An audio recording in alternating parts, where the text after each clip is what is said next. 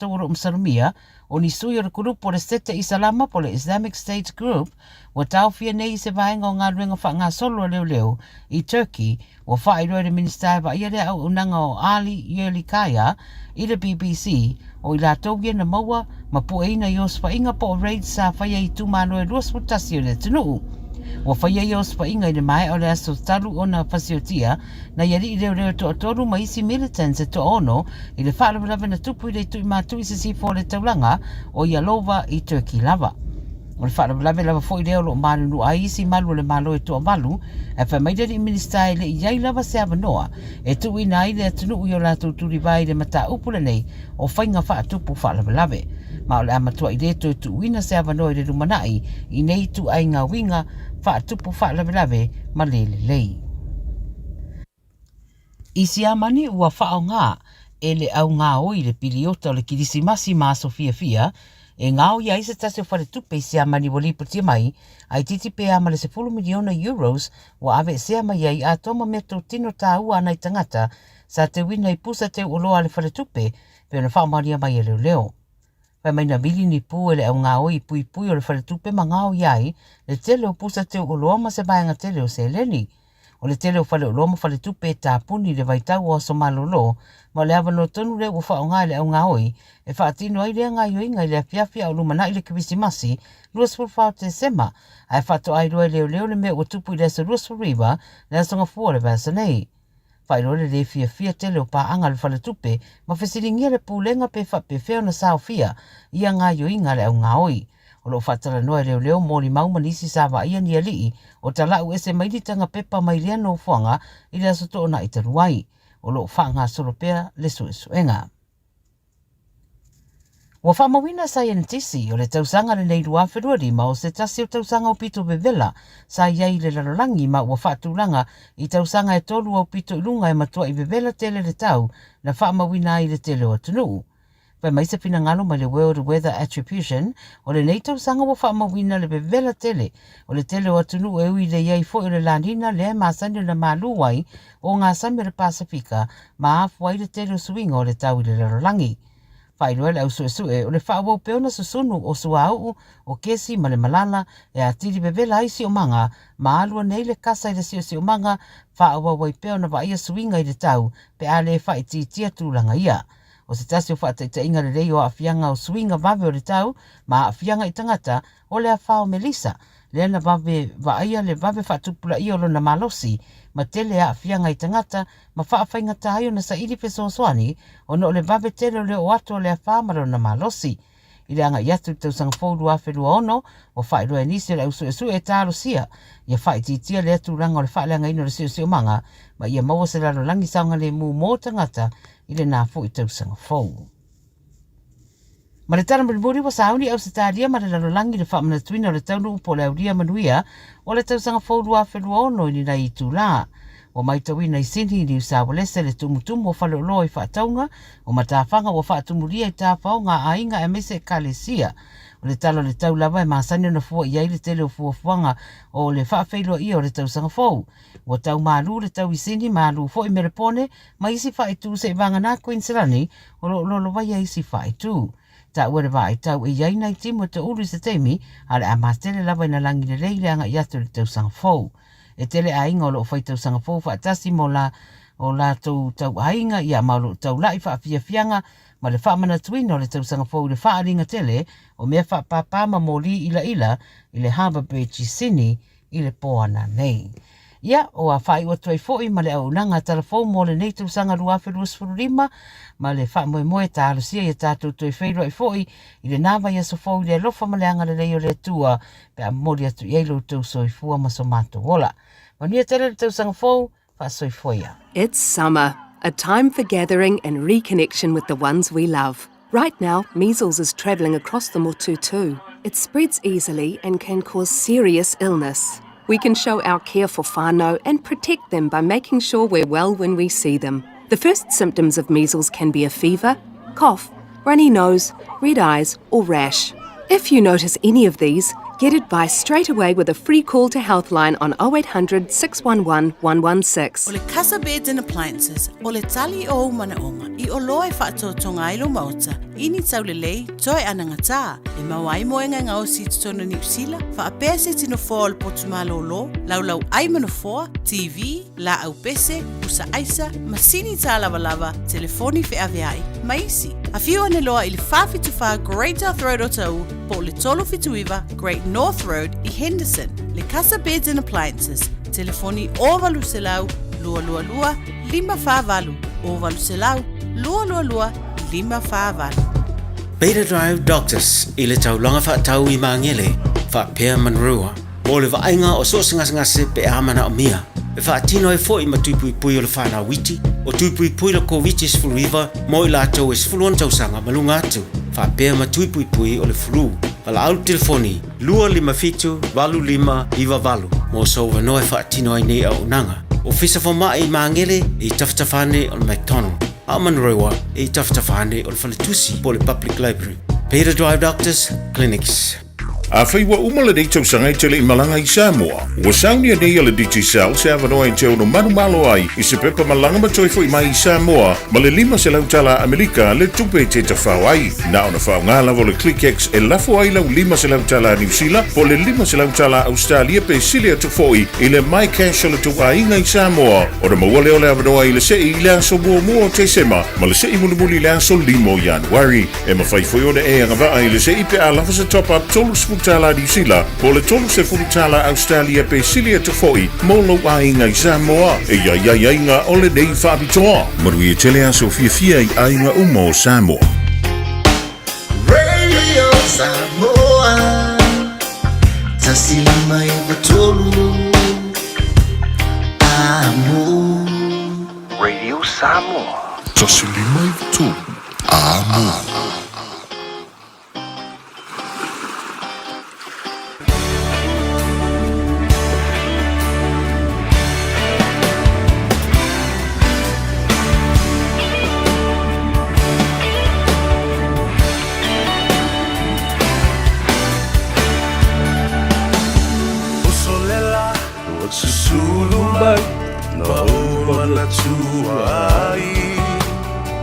Samoa, le nugu o te nofo ai. Pe wha pe whea, na ngalo atu o i lewa ai. Samoa, o le penina, o te fia i ai. O solela, o susulu mai, ma o mana tua ai. La Samoa le nugu o te nofo ai. E wha pe whea, na ngalo atu o i lewa ai. Samoa o le penina, o te fia i ai. Hangi mai se matangi, se momoli atu ai. Lo fai la Samoa matalasi. Hangi mai se matangi, se momoli atu ai. Lo fai la Samoa matalasi. E ale nā whamai le tala le tusi o se o fia i nā pese ia mapati ia. Papena se langona o le nei au auli o le aso lulu muli le nei o le tausanga lua whelua se fuluma le 5. Exciting, saying goodbye to the last Wednesday of 2025. Ia whatasi e foi, the final episode of Gagaifo Faiva for 2025. O le tātou polaka lambe whai ua tāua lunga i eile Gagaifo Faiva. Mo le dei tau sanga lua whelua sfulma le 5 o le a tātou whaato whamba whamahawai atu iai. Aia, le anga le lei le nao le tua, ua tātou whaitau I tū lā I le teimi, e whaafeiloa iai, I le tau sanga fau lua whelua se fuluma le ono. It was just like yesterday, like a blink of an eye. Le alu o le teimi ma le vai o le wati. Le pongi sā ma le susulu mai o le la, le tae au fau ma le aso fau. Ia leo o tātou taunu ui malamba. Ia ma ua lata fo I na whano ata. O malama o le lua afe lua se fulu ma le lima. Sa o whaafitai le tua I lau alofa ma lau wanga le lei. O lau whaapale pale ma lau whaatautenga I le fōlaunga o le sa lau o le atunu. Samoa I atunu u nei I New Zealand wa avea ma ainga lona lua o I tātou. Samoa I lau whanua ma ele o le atunu pele. O lo whaamuli ma iai o tātou mātua ma ainga. Teitai o le malo, teitai whaaleanganga, teitai o nuu mawhio anga, pūlenga ma malua li I ma whaipule, ale tātou o tunu. Whawhetai le tua, wa le mawhai o le masino I o mātou loto lo wanga le lei, ma lo walofa muti vale e tau buli pēr ia I mātou. Wa e whaatawhai ni ao vale, ma wa e whaamoe fo I le peau langa vale, sa o so whai ai le soifua ma lamatia ai le ola tautua, le soifua ngalue ma le soifua au auna. Ia, sa o whala le lei, aloa fua ai lau ua maua. Wanga le lei le tua matuta inu manaia, ia ai la fuia, ata o tau le lei ilunga o a au te tele. Le tua o Samoa, le tua o Aperamo mo Iakopo mo Isaako, le tua o Sapauta, le tua fo'i o Israelu. A malo o whaafitai, le whaita talo ia tautou, le au Salevi, le ainga o le tua, feoi o le tala le lei, le paipai sina, o le ngā luenga pa ia, ma le ainga Salevi. Whātulo po whātalofa fo'i le mamalu o le tawhatolu e masani ai Samoa I le vāta ngata pa le vāta puia. Pa ia ma mamalu wha le malo, pa ia fo'i ma mamalu wha le anganu. Ai mawalunga se vi inga le tua, e si e ana au auna pa ia, le ainga sa le vi.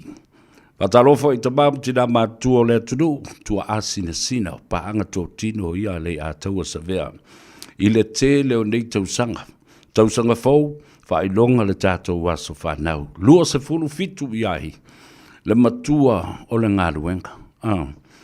Talu mai o na whaavai ina le ngāluenga, na whaavai lunga, o le momoli ina o le upu fola le tua.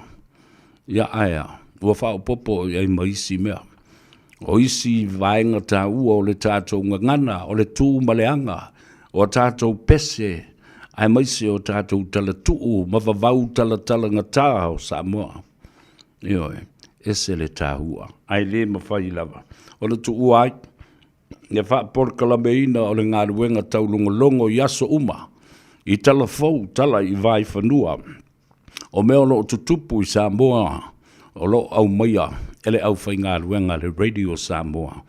E pei o na ngālulue, so tau au ai.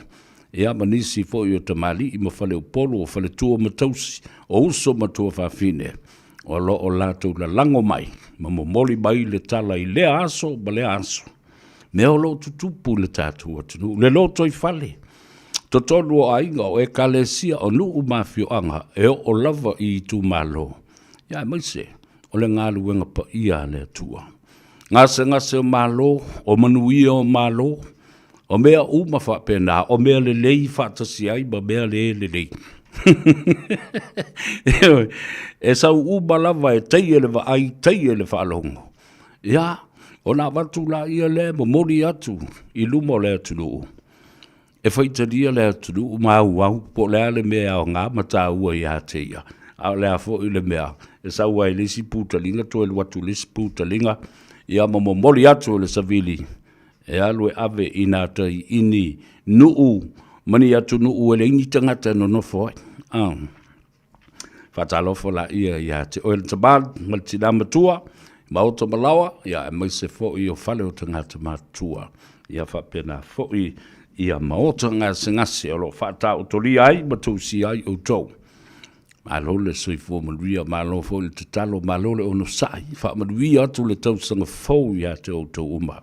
O ati ngā ma whale tonu o lo o iai, ia ngase o le tino. E lea ia seisi fo mai e siri atu, nai lo o le fo mai o le tātou tamasa. le atua le tamā, le atua le alo, ma le atua le nganga po ia. Ia pai atu o lātou au. O a au wha mawhanawhana, o a au wha malolo, ia tātou tali tonu ma whātua iai. Ia e le whapela ngā luka kalo, ma e nofo ina e te le alu e wai le fō mai. Ta talo matu ilunga o tau ia o wa aia ta mabti la matua ma le whanau lai tia le ia onga. O e whai le appointment al tu, ina wale o le matua i le fō mai. Ma o e asi, e wai tau telefoni si o tuu ia ta mamati na matua i whale o tangata matua. Ai le o e asias, se anga ia i asina i o tātou ta mamati na matua, so ia kou ke whapenga, I rei whaia whapena o tau le teimina o tau whana mai. I tātou oba. Ioi, toi whafo i la ia leo le vai le mea. Na tawhi bai ai le lofa, le ulua i lofa. Na tau si ai I tātou, e nai o tātou mātua o pula la ngoto ia le soifua. Ma le malos. Ia, le whatalofa le na, ia tau tabam tina mātua, mwise le tāwhatolu o le vād nofo Samoa. Ai o atu le whatalofa I lunga o le tātou YouTube channel, ia mwese fo I le tātou Facebook page, whatalofa ia te oe le uso, oe le tua whawhine, o oe le tau maa, o oe le whaitala leanga, ma le palau vale, ma le whai upusa. You are all welcome. Awafi o le tātou polo kalama muli le nei, ia ona maawai atu oi lea, o le Gagaifo Faiva, mo le nei fo I tausanga, se I au lia. Ia le nawa ia so fau, anga le leile atua. I le tātou, no fo whaatali ai. Ia, ma whaitau I tū la, whaitau minute, whaitau sekone, ia pālo ma le whana. Pāti patia le lofa ma le anga le lei, o le tātou ma taisini le langi, o tātou au lia mai, le tausanga fau. E whaapopo I lo soifua, whaapopo I lo uola. Ma le ola o lele ia, ma le ola whaalau kankangi angi o lele.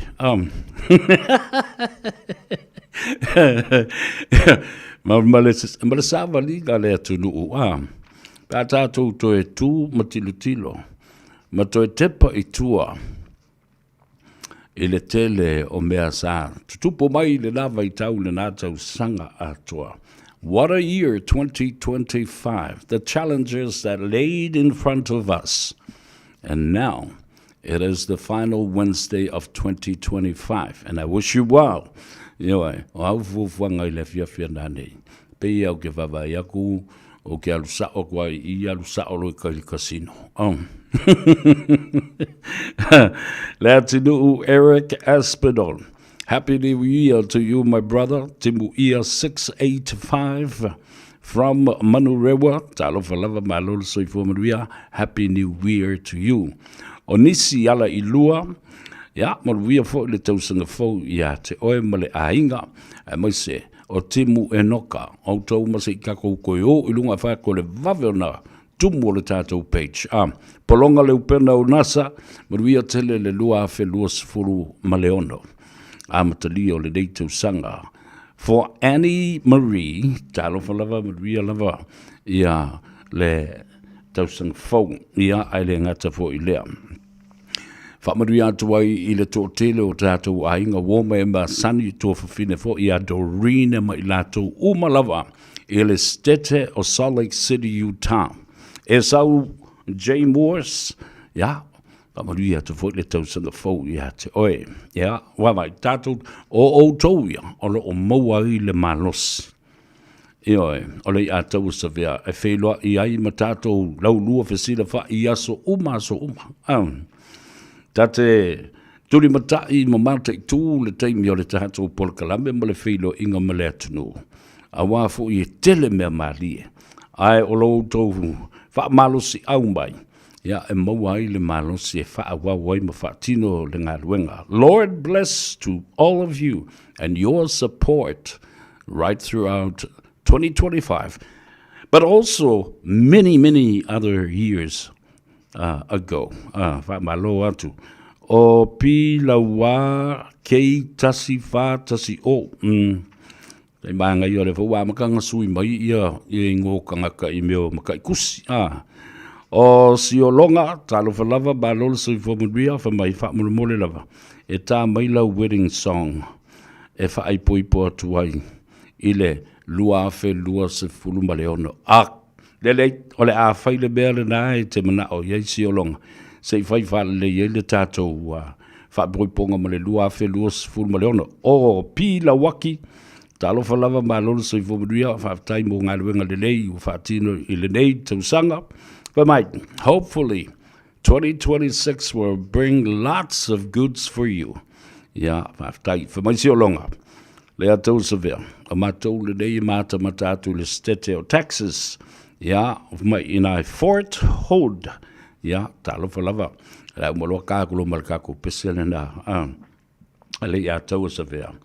O le Samoan wedding song. E manga e fo ile kia le fa ba yesi o long. Se fa ile ka ko fa poi ponga mal ka ko I do mal 2026. Paul, talo fa lava happy new year to you.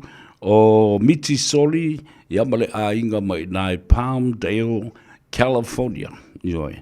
Alo fa taile mafuta mai. O tala fitu o Ivalima.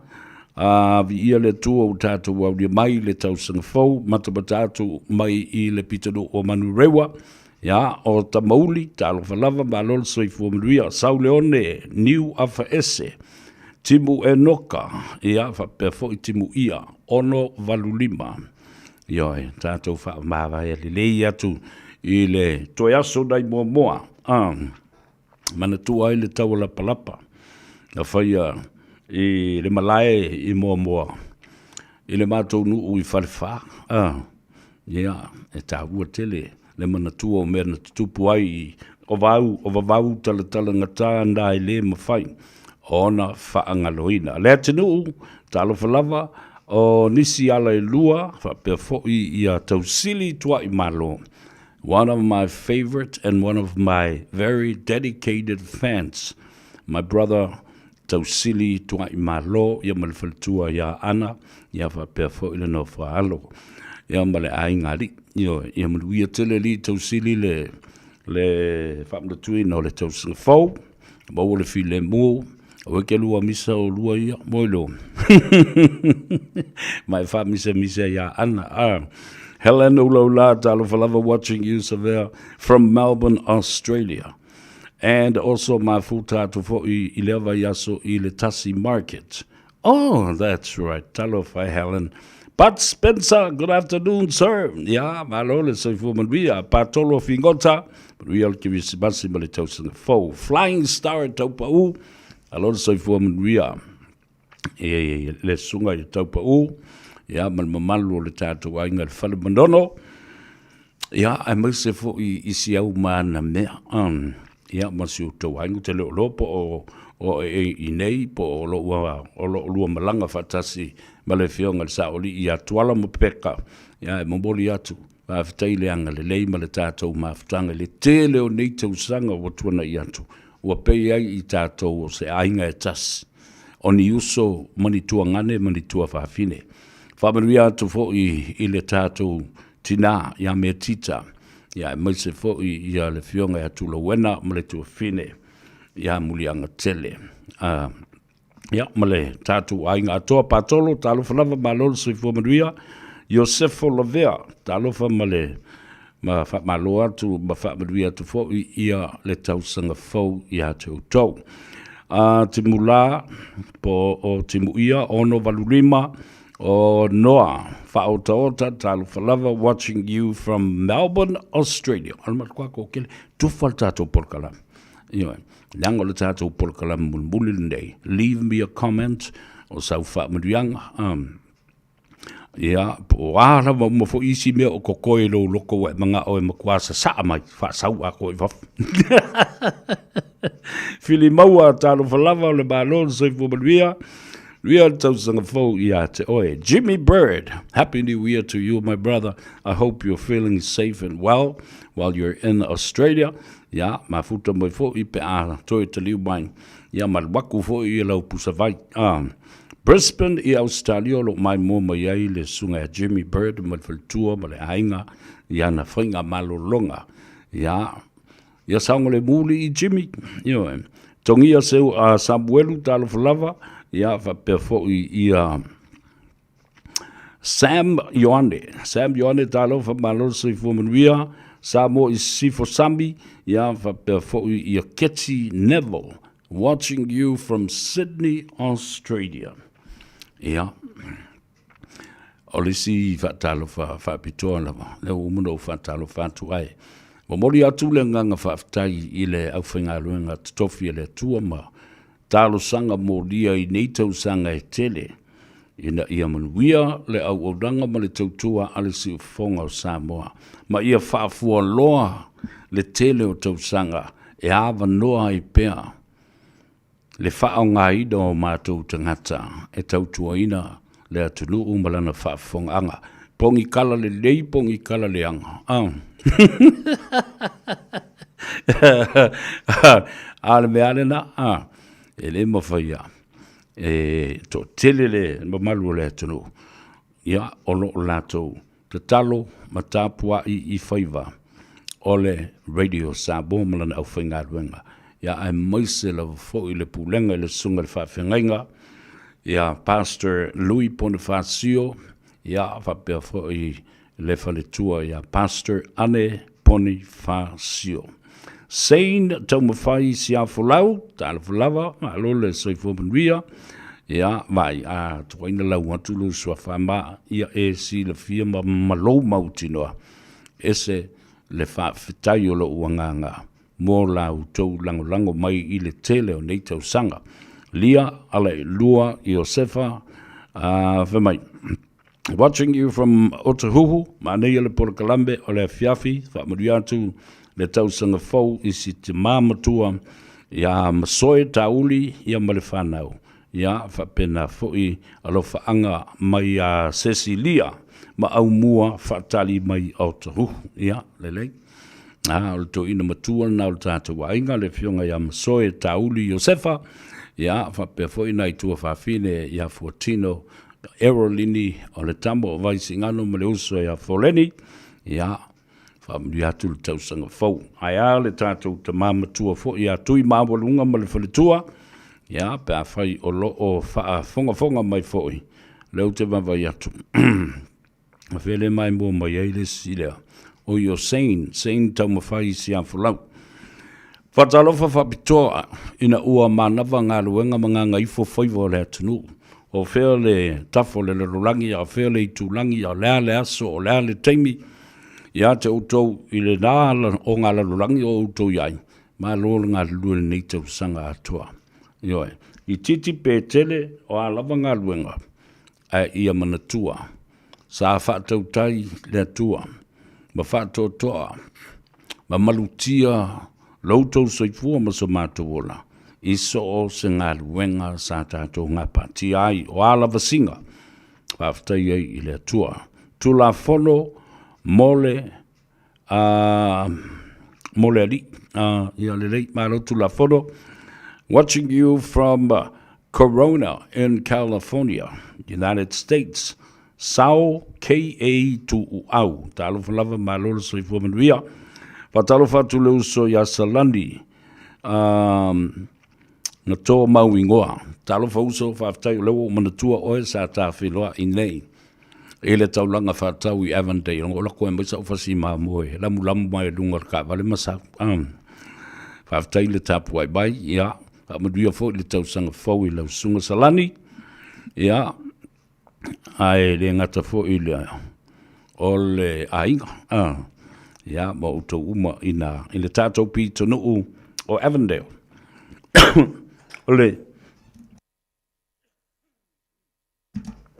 Ole whamrianga whapitoa, ma le whaftai whapitoa. Mai e te au nei, e a tau sa vea. E le te leo a inga, ma te ngata teito tas, o le o whaia lava la tau pisinisi, ia ma la tau fo i atinai. O le o tau tuoi na i le atunu. Peila o na avantu le whamaloma le whaftai, e le Ulutoa and Sons.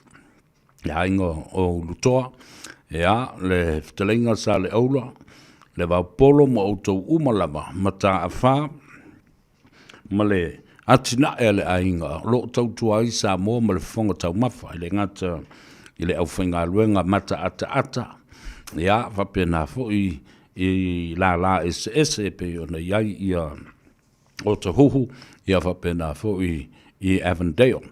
Alo whai o le Faiva le rei tau sanga atoa, sanga iane ai o le tai, whai se malo longa, ia ona toe anga i mai fo i lea. Ia e tau tua lea tunu, e tau walantu isi au tau fo i atinae, whale ainga ma le whale o loa o loa o whatino. Momori atu fo i lea nganga whaftai, i le tui sa mau Recreation Center, o le Function Center, tui sa mau, sunga le lia kopo, le awhionga ia Samoa maki teo, ia whapea fo i le whale tua ia Liz, ia ma le au whainga alwenga, toa ma le tātou ainga uma, o lo o ngā lulue ai fo i lea vaenga, o whale sui, o whale ainga, o le tele o atinae, o le upa, o le taxi, o a umame o lo whaatino e o tātou ainga, i lea fo i tau sanga mo tōna i atu. O me o whaini whaafifia. Avatu le whamalo. O le alavala, le company, le pisinisi, o le au whaatau tā vale, ia, ma awala SS o lo whaatino ai lau tau tua. Ia, e pei fo o whalasuisu. Ia, wai tō tele fo i le mamalu o Samoa. Nai ta mam tina fo i e wawai. E le leil suisu i le tina. Ai wa o tua ia ma le suisu i le tamai. Ia wa pōko ai aka mai. E fo ile meo le whaingo lau suisu. Ia, o le alava la businessman company ia whapena fo i Evelina as Polynesian food. Telinga ia mata mua lapa, le atio ia ma le au whainga ruanga le Evelinas, le ngata i manurewa ai whapena fo i Otara. O le au vanga le whaia le vaisalo mo le meo le ke masaina o le au pida. Ta sila na fo te mali i o lo malosi fo i lo na au i le whaio mea i o meo pepper chips. O te vava ai lava i ai. Ia, matua i le whaman lo. O ata lo lani talo whalava, watching you from Bakersfield in California. All our families and relatives and fans of Le Ataua Severe all around California, in the United States, whatalo whatu, ia Le Ataua Severe, ma whamarui atu le tausanga whaua ma koungangi, a o kouwa ko au sosia o koua miokai au. O lata i moenga, Yosia Upulasi, whatalo whatu, lata i moenga, alo le soifu manuia, whapena fo ilo uso a lata i moenga Felice, ma le ainga, i le pitanu o Avondale. Aotea Tyrell, happy holidays to you and your family. O Tina Fata Heleta, po Heleta. Ia, manuia le tausanga fo ia te oe.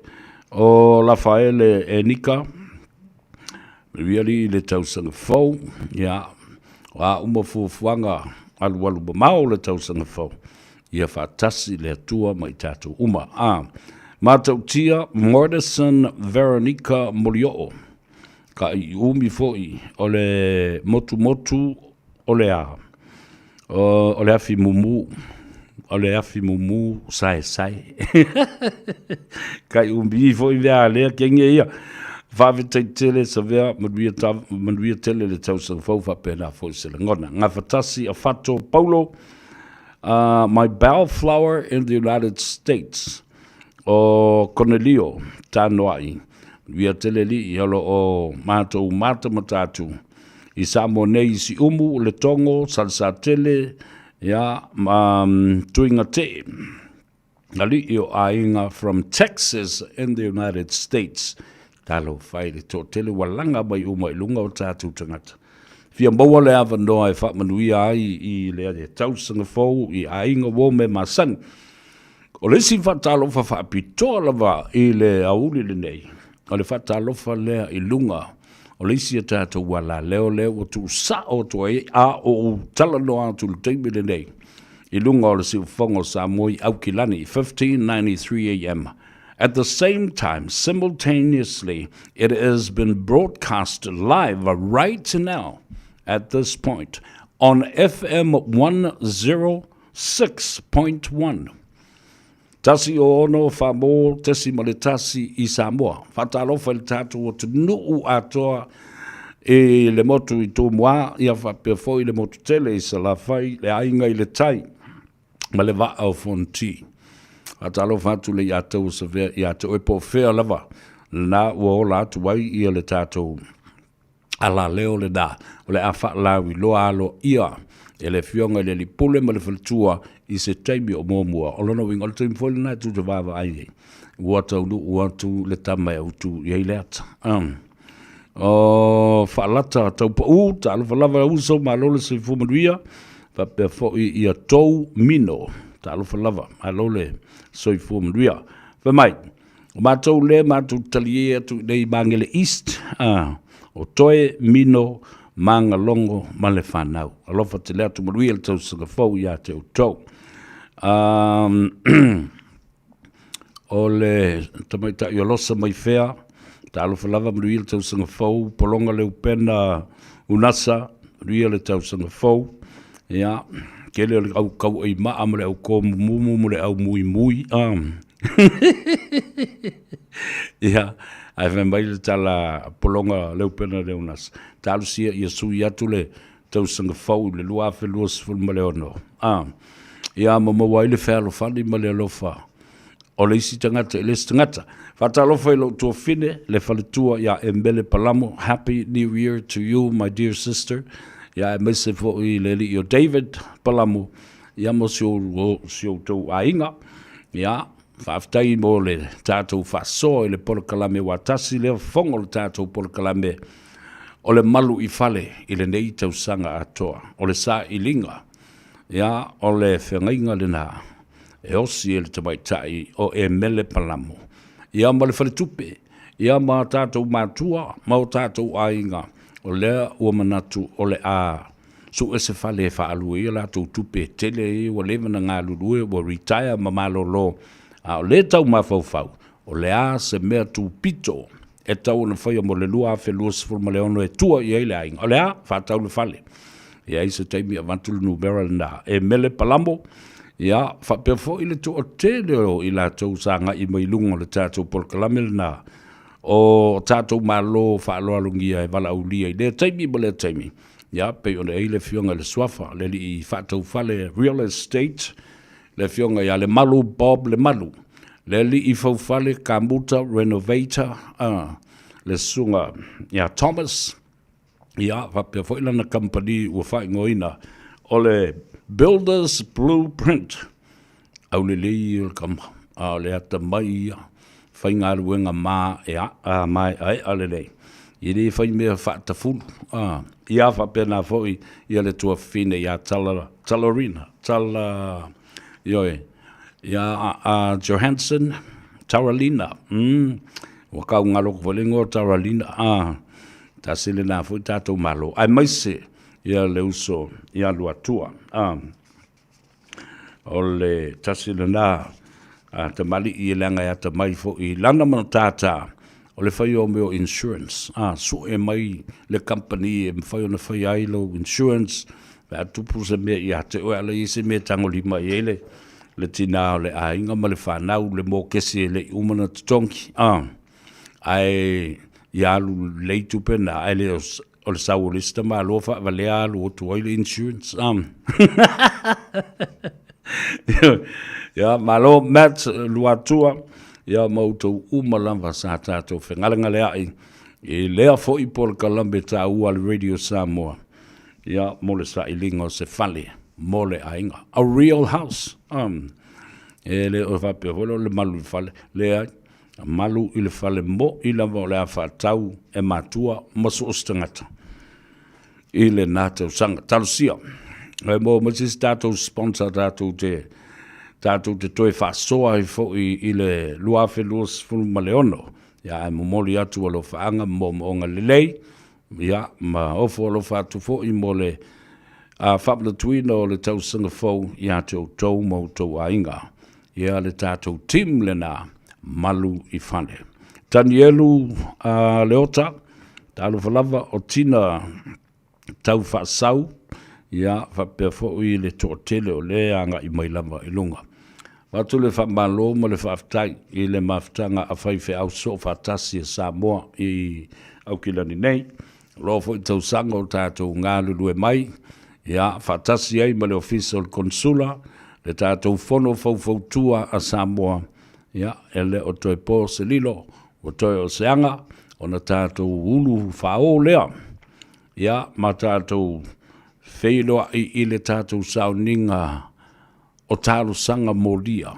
Ina ia manuia le wholaunga Samoa i le nei tau sanga luafe luas fulmaleono, a whai ai le tātou sauninga tālu sanga mori i lumo le tua, i le asos fulma le valu o le masino i Januari, o le itu lai wha i le afiafi i le maota o Samoa i Mangele. Ia, o le talo atu mo le nganga wha lalo i le paia mawalunga. E tawhai fia o Aukilani nei po o whea lava o lo anga i mai ei Samoa a fio mai. I le tātou lotu tālo sanga le naia e momoli ai i lumo le tua mana onga o le tunu ina ia manuia le wholaunga a Samoa. I le nei tau sanga i Aukilani i New Zealand nei. Haftai o le whiau le male tau longo le nā. Mai i le te whono o le maftanga so whatasi a whai whiau Samoa i Aukilani nei. Le whionga i a patele Father Michael Enderman whapea fo i le autustusi, le whailau tusi. Le whionga i ato le fo Reverend Larry Tupai. Lavea, ia male mamalu le maftanga whai whiau. A vefo nei avano, mamoli atua i le ngang whaftai, i nei a uo whai whiau o malolo manu malo. Malolo pensiona i le tele o tausanga sa ngā pati ai e le taua suasuino le ipuvai o le ola, le ua mapu mai i maota malawa, ia, whatalo whatu i le toi ina malolo manu malo, ia, pei ona iai, i lato uma, tani elu mamea, ia, whapea foi nisi o le tōtele, le ua malolo manu malo, mai le ngā luenga, sa ngā pāti ai. Whatalo wha i Faresa, pau, maloli Faresa, o mai mo mai, i mawhawhiwhia mai, all the way from Whitiuta i Manua, ia wawa aila Faresa. Ia o le tātou ainga le nā. Whitiuta ma whitai, o lo iai le whionga ia tangaloa matua, pōpua lii, o le whionga ia teo, matau ili, ma le toa tele o le tātou ainga. Ioi, o leo te mana tua le leia. Whatalo whātu, i o tātou ainga i tuila manua. Ia, tūmbua le motu, alo le soifua manuia. Si o tamā, le whionga i le senate, o le pelestene o leam. Pelestene o senate, tuila manua, ia, lau whionga, tua olo na whale ngafulu, i le motu, ma le tina, ma le whalitua, anti pai, ia whapefo i le uso, ia le musu, ia ma le toa tele o le tātou ainga. Sanga, iane ai o le tai, a o whaia malolonga, ia a o toe, a tāpena ai foi, a wā le whautanga ma le whātou whala inga, o le toi usuia o le whono, o le pāle mene a tuile manua, mo le tausanga lua afe, lua sifulma leono, ina ua mai a, o na whaatino ina, le whaapaia ina, ma le umusa ina, whaulu whale ai, le maota, o le pāle mene, o le whono whaitula whono, a tutuila mamanua, mamaota e lua. Se le tā ua tele o le nā ngā luenga lau tapa ofe Wong King, tā rofa whainu le lei, le tātou nu ui waiala, mamota, ia whapena fo i mata utu, tā rofa lava mālora soifo manuia, au whawhonga mai le whionga i le tama alo sina, ia le whionga i ato malatai, pili, ia, atalo fatu le ato savea i ate oesio tama, whamemoelo manuia lau whionga, ia whapea fo ia le whionga le tausiali i tofi lau palolo, Margarita, ia mamaua lo soifua lau lelei I le tātou nuu ma le ainga I matau tu sa I matau tu ia pia. Sia tongiola, tala falava, na whamarianga ka koune fai, e le to yengi kala reanga koe fai aku ingangaka. Se kia se fulu luangange, ya koe kui fai ka koe mea fai pele, ya o le nganga le na, Ao yeini mea le lei na tutupu le lua afe lua sifuru ma le lima tātou te o mai ai. Ma avea o ni te iala mo I tātou le lua afe lua sifuru ono whaire nā mo oe ma. Ai a whai ele maria lo loko I a kiao. Su ele lei maingi au mea whai pele ma vai se mea ka ke o ka ke spava le Junior Tapu Manaya, Talofa Lava Malon Soifu Maria, watching you from Melbourne, Australia. Whawhite iatu mo le tele o nei tau sanga le ataua. Ia, mangalu wenga le lei o le tau longolongo. Ia, whawhitai, lo tau wamana ia. Whatali Josefa, o lo o mai mo mai. Ia, mama ma papa I nai o tau. Whamai savea, please, say whamanuia mai ale tau sanga fau. E si mātou whanau pele ia le sa. Manuia tele le tau sanga fau mo o tau umalawa tātou wheloa I pēr alo whātu mama ma papa mai o tahuhu. Ia wawai. Nā uko whai mai whai, ia whai loa. A whai mai junior. Sa a malo sa vea, e a taua, whamdi atu fo le tau sanga fau. I le fionga ma le ainga, ia e, o le a mai atu loa. Ia tātou walo atu. All the way o lofa mai I Melaponi au se tālia. Ia lei o tātou ainga malama.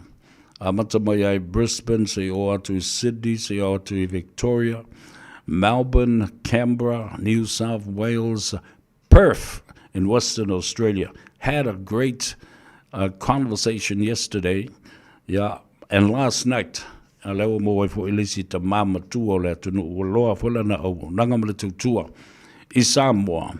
Yeah, le sunga ia Hans Webster, ia fa perfo ile faltua mo le no falo mo le ngali in Perth, Western Australia. Alo fa tu to ma aftai ile ta talandoanga fo mo le fa soa ile so na nafi mo le so fu la le ya te o mo le tina le ainga ya ai mo se fo yo ava no ta te fa so ta I pe ia matara talandoa ile te le history o Samoa I la aso o pisinisi ma company o ainga sa tutu malo si mai I le atinae ma le fausia o le atinae o Samoa a o le itu ua lau whanua me ele o Samoa manga I atu ena nofo I Australia vaenga se ia pe ona iai Perth I Australia sa asiata mai inai Brisbane I Australia manu ia tele lava ia le whainonga ina o le tausanga fau tanga loa whaafauina sua ta lofa my brother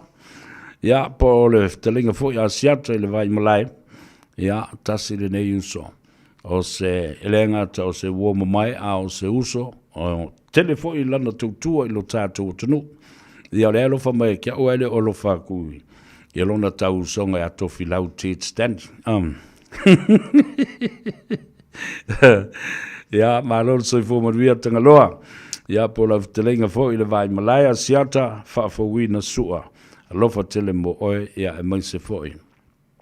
Le ainga, le whanau, ia masanga ia ne foi ai o le tai a wanga al wenga le a whenga iai I le lua afe lua sifuru maleona. O te loa lai lo fatu le tausa ia to filau Ted Stanley.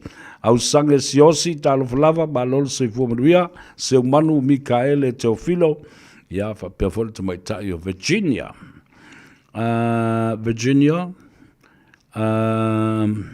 Donau, talofa, yalela uno tune. Happy New Year to you, all the way from Los Angeles in California. God bless. O sene fui mono, talofa lo fionga leo pepe, centenary fui mono, ia fa perfoi le fionga le ngaftasi, ia fui mono, pol sunga foi, ia tui sa mau, fata sialinga, ia e mai se foi, ia o tātou hainga, le whanau, ia e mai se kako pepe kenge ulava vale nga le solem ka fifi le le wa viral o masiva kenge ki elunga al kako wainga elunga o penga te whailangi te mai ta yo baby sene ia fa pe fo I baby fa pale alo fa te le atu bo lua mnuia lava ia Bia lewa le whamna tuina o tausanga fau, te le o ilopo o lua malanga, ai ia anga le lei le atua, ma whamni atu tātou te whenua i pēr i se teimi. Ea, whapena fo i o nā, whamni atu ia whiula motu fau. Alo se fu manuia, lui tele le ainga ma le tausanga fau, tonga tu le moe, ma alo li le se fu tonga, o seti ala ilua, talo falava ma alo se fu manuia, alo fatu from Melbourne, Australia. Ko kire ri o le, a nga i mai po whea lava le tafo le langi o a nga i mai ai. Ia, anga leile atua, i fuafuanga alu mamao, o le tausanga fau. Mana tua voi, e le fau tausanga. O le ono le sa iei mua foi, ina ua lua festival ma le ono. Sa iei mua foi, ina ua lua fe ma le ono. E le ala ua lua fe luasful ono. Ia, e toi sau fo, le ono ale tas. Ai, o le ale me tauna sui le tangata. O le a mio le tangata.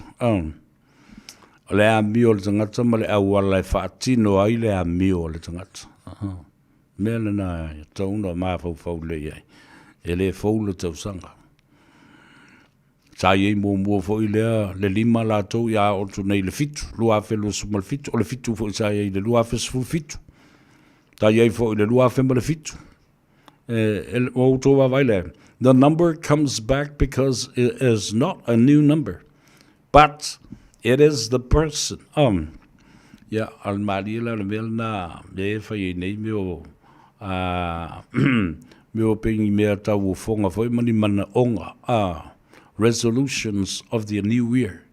Ia wai whalonga so o tele talana o le tau sanga le nei. E ila tangata masani na whai la tau resolutions. Mo lele po ni la tau sini whatutu mo le tau sanga ma le tau sanga ina ia umatu.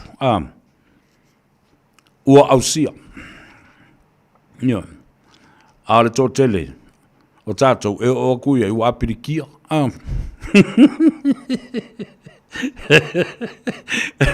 O mana tu ala wale si tae au sa a nga i mai e whaile breakfast show. Le breakfast show la ina o whato a matal tātou le tio le nawa i ta wa whaia la i tai e le taulanga i Aukilani, Mount Eden. Le mele mali ei. O saune, o fiu a su e se whaife au e whaia le me.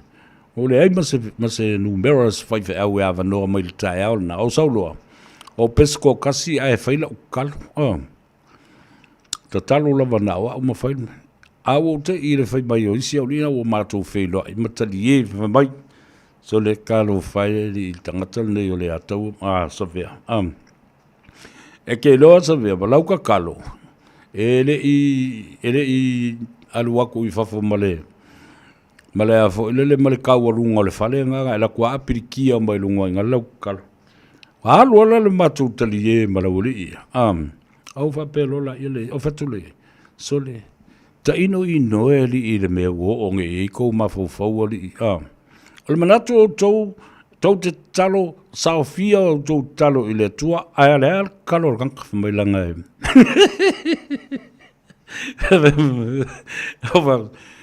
E le whapena le fina ngalo le tua. A whai o le talo na au mai e wheso, ta i e le langi ma le lalolanga.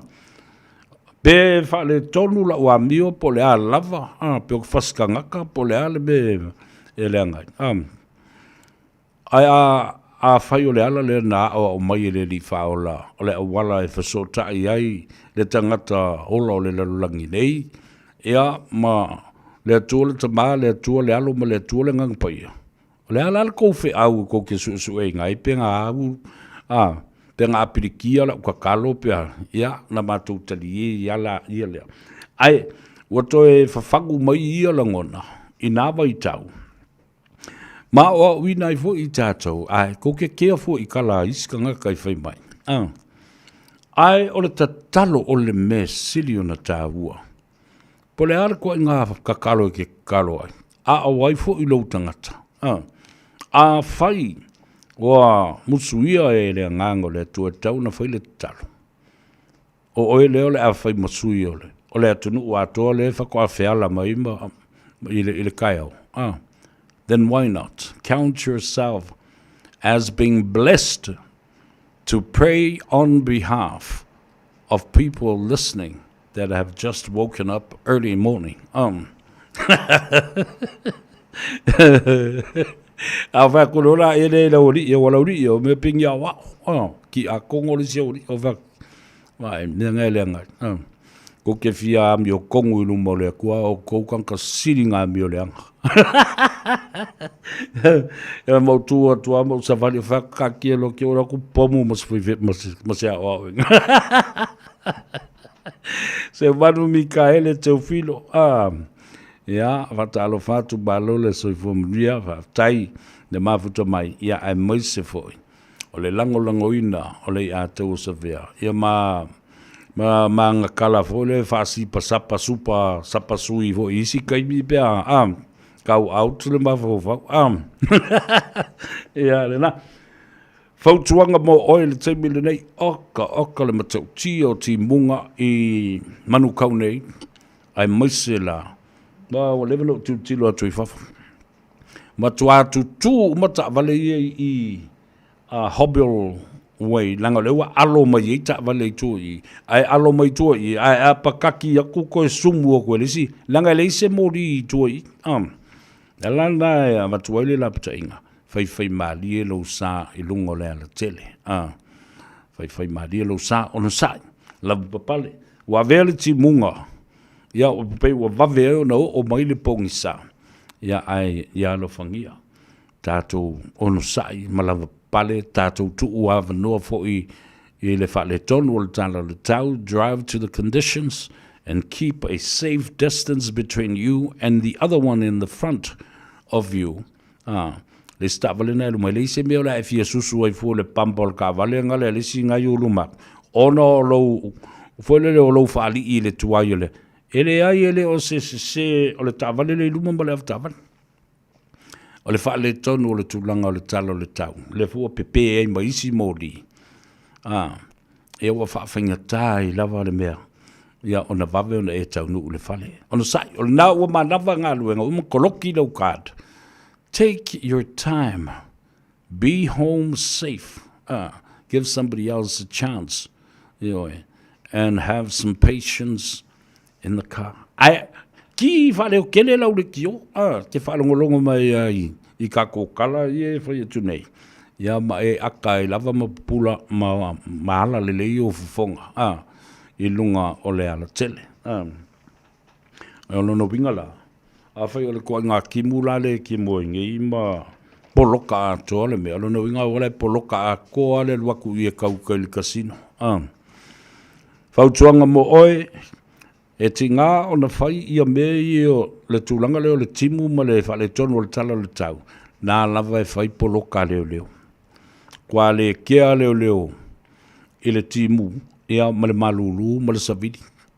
Ai, ta pu e tangata o le au ai awa ia ma whewa i lunga o le ala tele. Ia wamatua i fo i le...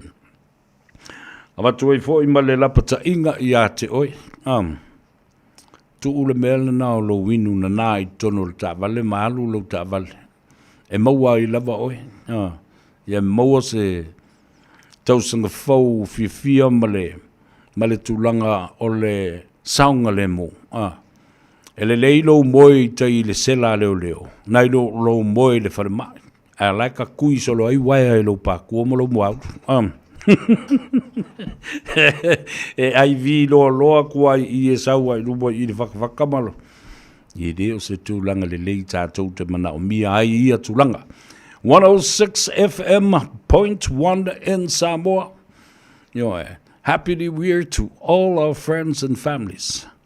That radio station or that radio frequency will soon be launched officially by our Reverend or our Pastor Louis Bonifacio and Pastor Anne Bonifacio in due time.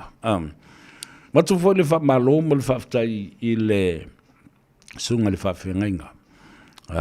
Reverend Alessandra Fuimono McCarthy, ya me se fo le fa le tua Auntie Etty McCarthy, tele nei tau sanga tasi fo ia mantu o lo ave le le whaatamā ma le whaatina whaaleanganga ai maise. O loo whaafonga mai fōi ia le tina matua o le tātou ngā ruanga nei a le leitio ma le Samoa Multimedia Group ia le whaletua le tina matua ia li a sangala. Alofa mo e mam, luia tele le Christmasi ma le tausanga fau ia te oe pēwhai o lo maua le awanoa e te whaalongolongo mai ai. Na mawhetau i ma sio tina ia li a sangala o ia leo le tina whaavai o ngā ruanga nei. O whātu i, mam, ma li e whairo whinangalo pēi whaalongolongo mai ua o sai ma mawhani si o upu e si i ailo leo. Wha mai awa kia careful oi. Mai ko angai whai mai au upu ngau ke kai amo fia ia le nā whamanu atu le tua ma whaafua loa le soifua na lue Farisa pau talo whamaloli le soifua manuia le sunga e lauta paa mai alo ngā lue lau whionga le atau sa vea manuia tele le tausanga fau i lau whionga lofa tele atu mo oe ia whapena fau i le sunga ya whainu le lei lau te paa ofe Wang King tasi le nei uso wha pele ya te u ia masiona uso foi le li i fusu ya whaoa wa mata umasa i le fusu le asa mo le tili o tausanga o mawai ya ele ngata ya whaoa masiona uso ya lau te paa o au nei ma le uso ya Hawaii lavea ia wha pia foi le uso ya Romney lavea Avea fo le nei awanoa, e wha manui atu ai, ma wha talofa atu ai i le tōtele o nei o tātou uso ma tua whawhine. O wō ma au mea mai. O lātou le maua le awanoa. E maua i le saolotonga tātou te fusi ma mili tino, ma mili ala whau ai, i le nei taimi tā ua o le tausanga. Ala e mili ala whau i fo ma leo ma meo correction officers i tua o i meo to ese ma whare pui. Ia ona o le tōlang nei lava ma tangata ia ma lona sa o le tonga. Ia ma lona fo i maa malama i le tū la whana. Wa ma fu ai ona whai unga whamsinonga ia ma whapena fo i ona tu atu nai tama i tā fo i le pātu o le tangata. E koe whakei mai ai ia rea fo i. Ia le tangata i lona mawhau ia i loa le lei o le tangata ma le tūlafono o le tūlafono na whai e pui ai tangata ma ia manuia ma saunga le mua i tangata anga lei atu le tua ia te utou ouso ma tua whawhine wa le maua le sa o le tonga le nei taimi o le tausanga o tou no fo ese atu ai ia no foanga whapena ele ai seisi e fia no fo ai ia ono sai mo fa pale o la lava me ai ono sai avakua le miki mo le ulu ia ono sai ia le na ia e ofo ia tātou i Samoa awa ele utal tonunga le mela ia fale pui Samoa matus ole mo kwa hotel la 5-star hotel mela o avo e bana yo mantua fo i isi tausanga na whao ngā i e kon kalate i a tātou pangota. E ane fsosoni i le whai ai a pangota fo le mai e lo nofa salatu wa o tō tele o le au nofa salatu. Ai, o tangata ata mamai, o tangata le lei a lātou welo, le lei kamuta, le lei le palama, le lei le whai e le tisi, le lei le whai alam. A fo le mele na Lena live lo na o atu le si kon kalate wa uma le 12 miliona o lunga le 10 miliona ai umana fai le fare pui. Awa fa ua fa ngai la to ia pangota ia yo la to to mai manga va afa pitoa. E fe so ni ai le fai ngol ngalu ngal kon kalaki. Ala fo la le na o isi pangota. E matua le leia le me le fa pipi alam. Wa le fai ngol e kisi la nga o ese lo leo a kuapam ka e la te lo le ya la tona faia le waya i no le mele le alam ka se i uma waya ai pele alam aso sola ai ta fese bese zota ata ma zota fia Pe afa pe alu se sola anga fo le taimel krisi masi ma le tau sang va ile ke le fa ko fifia ai e mali e fa fe na o na so solo i tu tanga tene ale so engala na mo wai ele tau mana o mi ni le o mo ni ki o mo te talai no tanga o pasi mama me o mo e ama tape ai alarm so me yo ele e mara le ia pangutalanga o la tou le na fia le wai no le alarm Eso é wale vangatu mai a valis pankanga le solo e ko. E mai não fai le le ko mali a pensi ku mesi malor ko nga el makwa nga ko saulu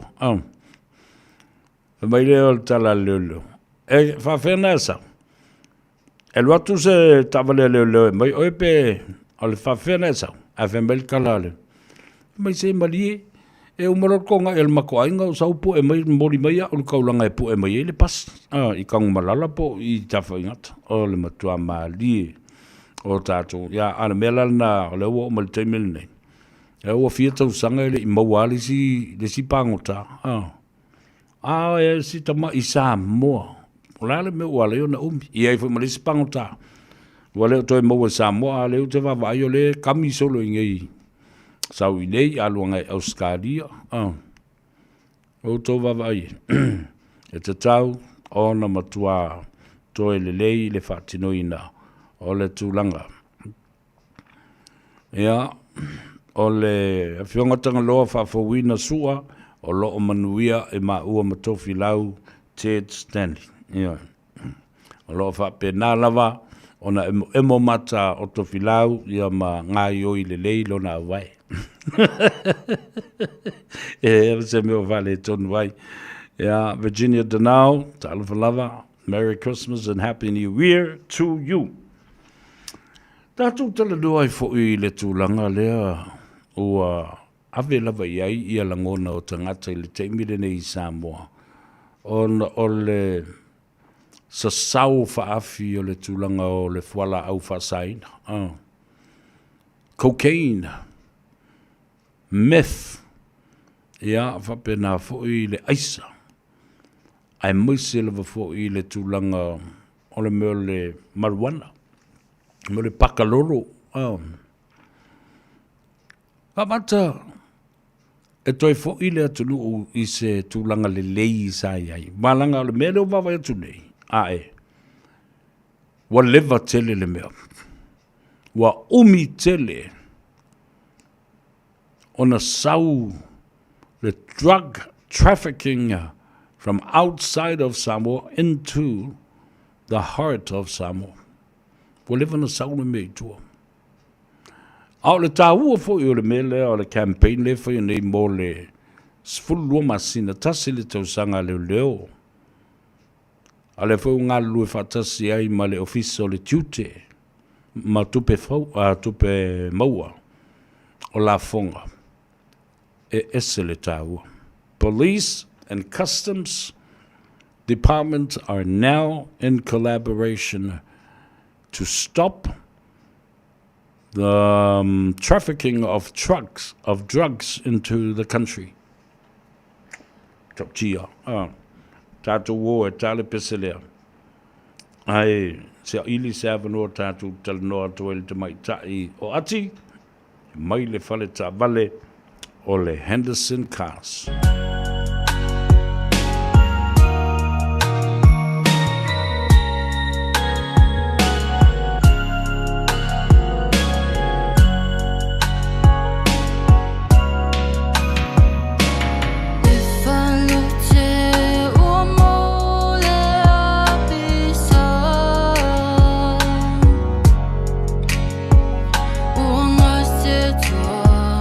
Namo e ileva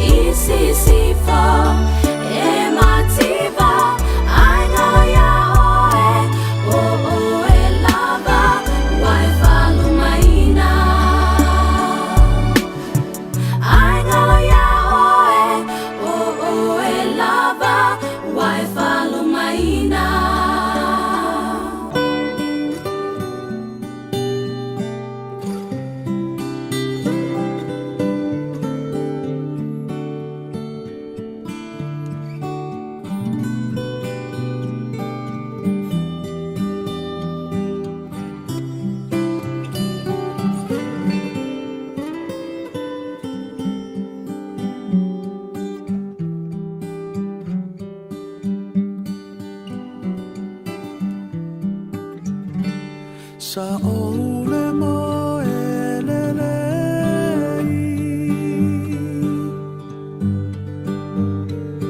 mata uti ale mitinei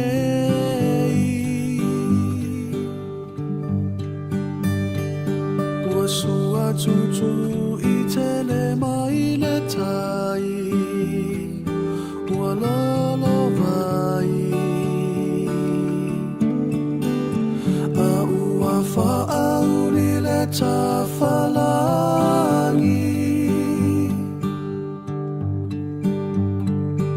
malama mawa e ilelangi e ai sena ilo ale pongai ua mafuai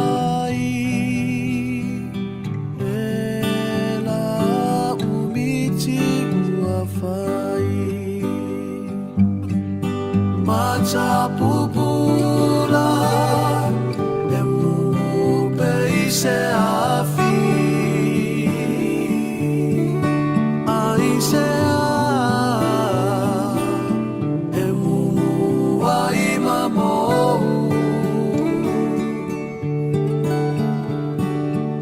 Whaapewhana e pupula malasi ai Whaafua se ana mau Mata pupula Ole o langa o Samoa E mana ia te le lava E mava e vai o na tūlanga I le soifua mai o tangata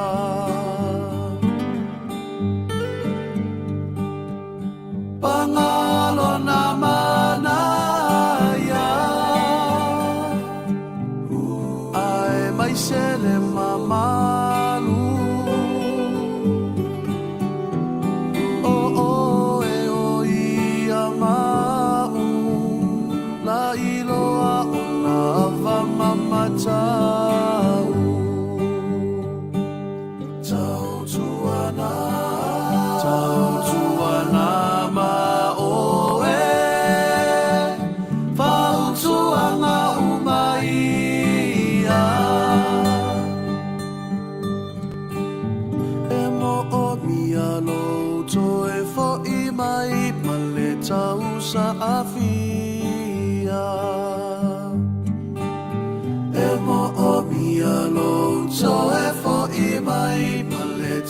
Sa avia mata pupula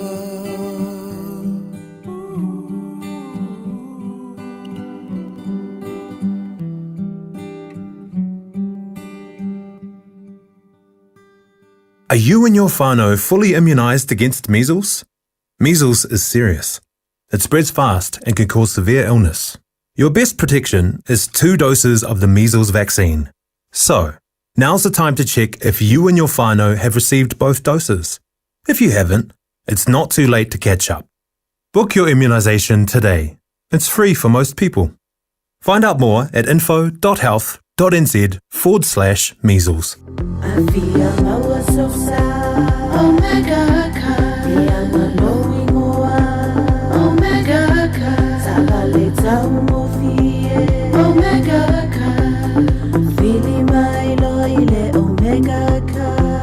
Omega Cars, lua selau Diabetes Drive I Manukau, po le telefoni o iwa lua vitfitu 5 tasi lua.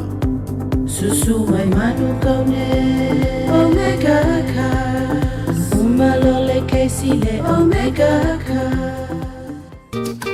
Poi loe mawhai o na whaongara o Q7 e whai matapasa moro whare mōmua. A whai fwoi e Yeso mō kesi e mawhai o na tato susuina o nisi a wala I whare tupe e sese a tonu e whetau I maritūlanga o roolanga timinei.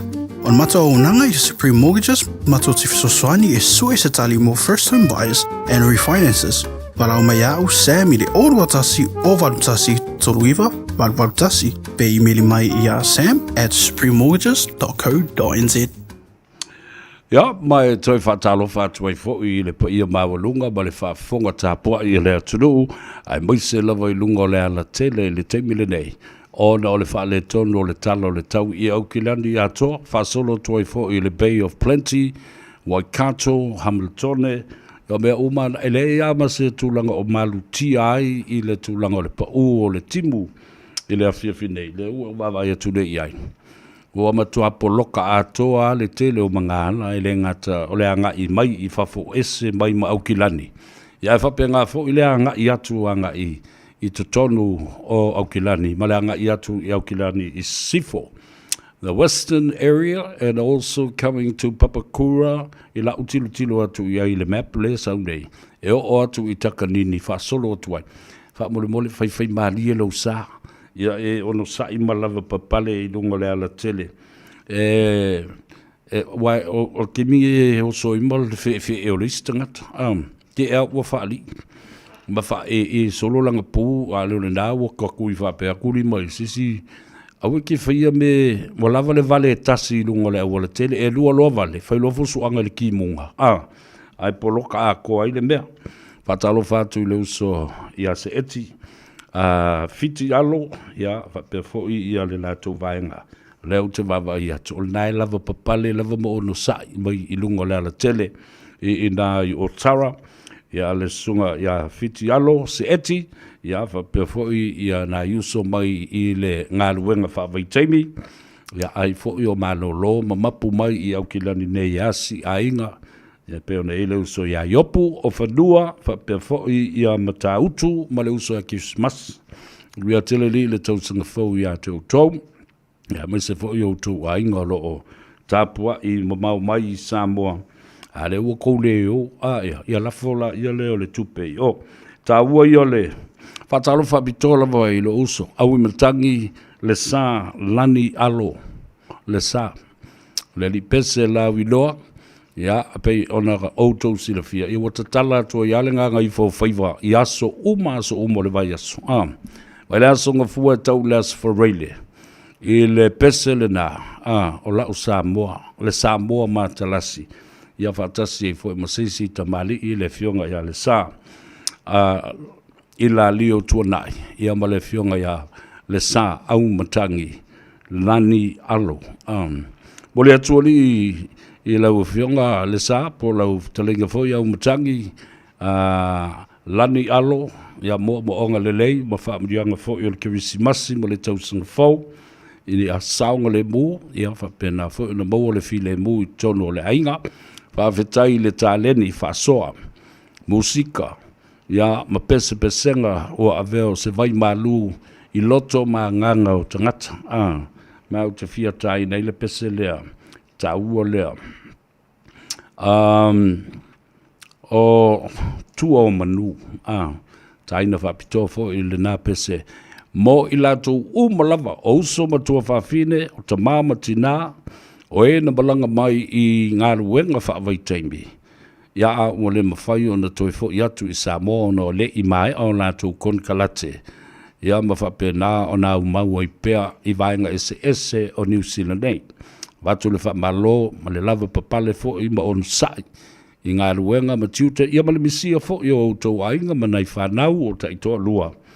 O ko kia mio vale, e le fa pe o la ko ngofo mo komisia o to va vai fo ia inisio i la to na balanga mai i ngā ruenga fa vai temi wa le ai se ta pasa ya ma ua le ma fai fo i ona tau fia le me le a mio le pulea ya ta vale o mai o tatu ainga i Samoa o nu mafio anga o kalesia o so tanga o ainga alna matuai le fautuanga ma le tu o lalo ia ma le lofa mo o tau ina ia ioe mafuta le talo ai ia tama matua ma teine matutua nana mua mai supervisor ia e fasili ia i pe ao i se teimi o se vaenga e mana o mi ai ia se feso swani ne ngato i le na a vea vane nei avanua e mamoli atua i le nganga whaftai i le fionga a tupuola o matua ia o lo va ia tupuola ma anarosa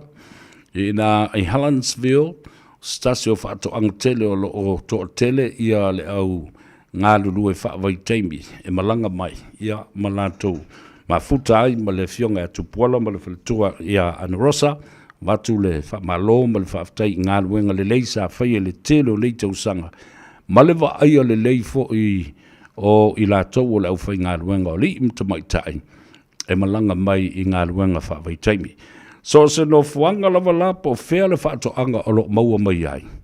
Ia le tautua le nei a le sifongo Samoa ma le i ataua le sa le i ataua. Awatu ai le whaamurianga o le tausanga fau. Ina ia maua le file mo, ma maua le avanoa e talanoa ai i tina ma whanau i Samoa, ma lafo fau i sina tupe. Ia ma eva i le tūlanga o le whaatamali.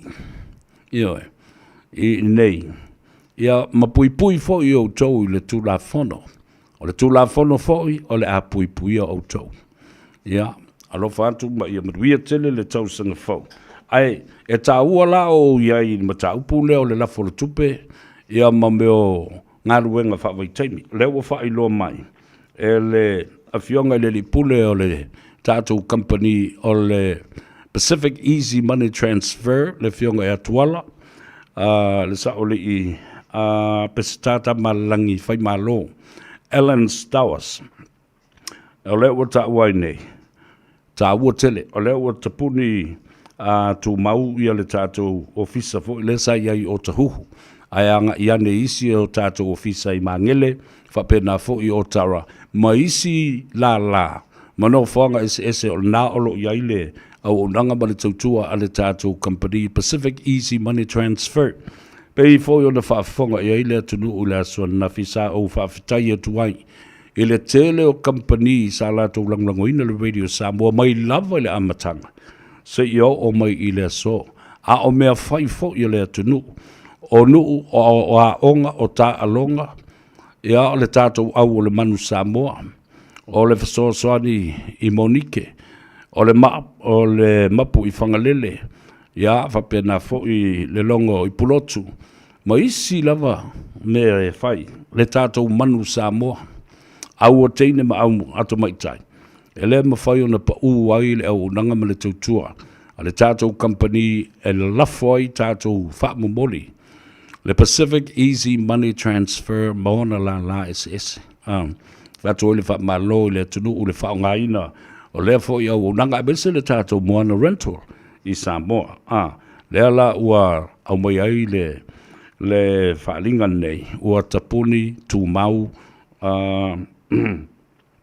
ua tapunia tu mau le tātou ofisa i o tahuhu pe o na masini ai a nga ia ne isi la le Pacific Easy Money Transfer ia e whaingo fia ai o na whaatino a o lesi vaenga tā ua lea ua mata o na nga i o tātou tangata o le wha ngā ina le nā o le Pacific Easy Money Pacific Easy Mobile App a lula i lunga tanga i msisile lau telefoni na tango la ia lea download le app le nā Pacific Easy Mobile App e whaingo fia na lafo lau tupe le telefoni sefe ai fo le taimi te tau le alu le ofisa pisi o le awala alu ai fo i male pensini la tau ia ti ngai malo ulu lo tu lunga le awala a le nā e iai le avanoa ta au e mawhai eo na download le app le nā Pacific Easy Mobile App e na o le lima ta la le charge ai ta ua tele le nā a nga iai ia whaasaoina lo taimi whaasaoina le pensini whaasaoina fo i male ti ngā o lo ulu ia o le ta ua le nā ia me se fo i haftai e tuai i le pulenga ma le au whainga ruenga Pacific Easy Money Transfer mo le tautua i le tele o nei tausanga ma luia tele le tausanga fau a maise le au whainga ruenga a le tātou Moana Rentals i Samoa a maise fo i o le sunga ia sapu a lo tam wal faltua ia whapea fo i le fiong le li pule ia tuala whai malo pestata ma langi Alan Stowers mal faltua ia nona ia ma le au whainga luenga a toa lava ma lo whai o le Faiva ia manu ia tele lava le kirisimasi ma le tausanga fau ia tau tau taina le pesel nei whapitoa lava mo o tau uma lava o lo ilunga le ala tele mai se fo le Pacific Easy Money Transfer ma le mobile app e te tau ona e tango e whaau ngā ia mai se fo ina i o uso ia o se eti o le sunga ia kirisimas ia whapea fo i o tau uma ia o lo o maua le avanoa ia o le a whawhiwhia mo o tau ia le sunga iopu whanua ma tautu kirisimasi ma i lato uma ngā estak i lunga la wala le te milingi mo kua a ki ngua ma whaari i le minoi o le tāwale ai kāre pese le a whangofi maari ai oi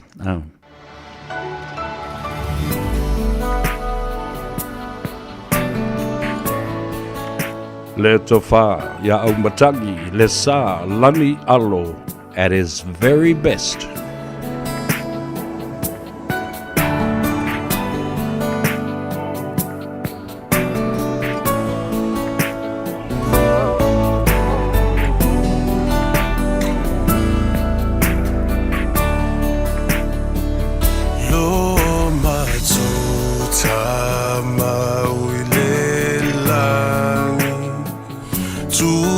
Tu maya le moli mata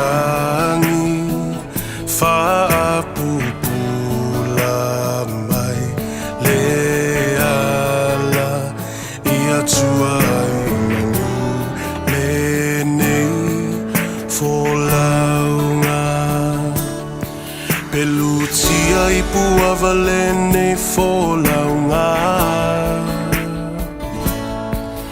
peluta luta i fea le nei vasa o te tuva e luona o e o lo tua o te savali pea o te leto e te pai tua po alava ni mala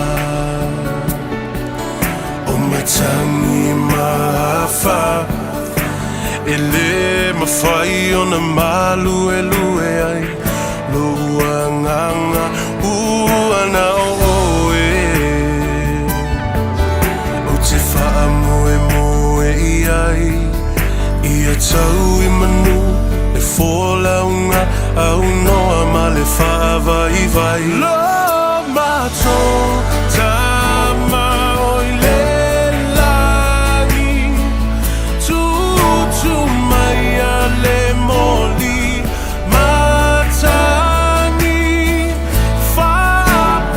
whapupula mai le ala ia tua i manu le nei fōlaunga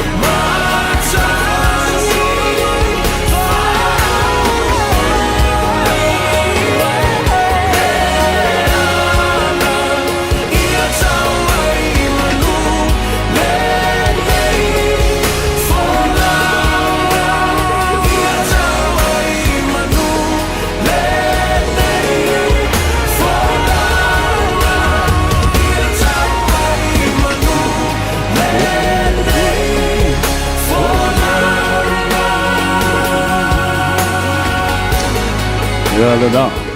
O le pese ua tala feunga ma tala fea ngai le lei ma le pōle nei malona sāmani. Lo mātou tabai o le laki o pe o se tatalo le lea na whai nei. Ia tutu mai le mōli matangi e whaalawi loa ai le ala o le wholaunga. Lea o le a tātou a ngai atu i ai. O mala o mawai atu ia futi o le nā fo i tau sanga o le lua fe lua sifulma le lima o toi o nai i tū la. O na tātou wha mawai ma mau atu lea. A le tatalo lea na tatalo i nei ia le talenga ia au matangi. Le sā alo lani. Po lani alo. Ia le na, o lo tatalo i le atua, alo whangia le nei fo launga. O le atato walo atu iai. Ma wha manui atu ai fo i lau fo launga i lunga le awala. Wau kero, o makua i e a ki ngu ar ke mine. Ioi, e o na sai ma lava papale. Whatalo wha i le ftelenga ia au pa au. Ma lo tato ainga i le whale manono. Ia, le ainga le tai. Ia, e mai se fo i o lo o iai lunga le ala tele le teimile ne. Ia toa fi malie. Ioi, le... on sai fo i le tūlanga le leanga le talo le tau. Ma le poloka wha solo a toa le awala. Ia e la pale ma ia e mali. E whai mali e lo sa. Ia ma ua fo i te ita ngō fi. Whalongo loko mai pēa ia le a tau sa veka ke oa e momori o il kōwhale. Ia o na toa fi mali e fo i le o lo mafau. Ia le na. Ta ua te le sila fia le lei le tunu le tulanga fa le tolo lo ia le talo le tau lava papale ma ono sai mana tua foi le tulafono ala ve ia o se pako po se taifau po se pusi po le lava se me ferwa i lungo le awala e lo kai mba oi e faila usala le anga e ta wolo sila fia on le public road o le awala mō tangata lau tele uma e au fia ai ma meola. Meola vai lua ma meola vai wha. Awala ake fia poko e ngofo masoa se pusi po se moile lungo le awala po se pako.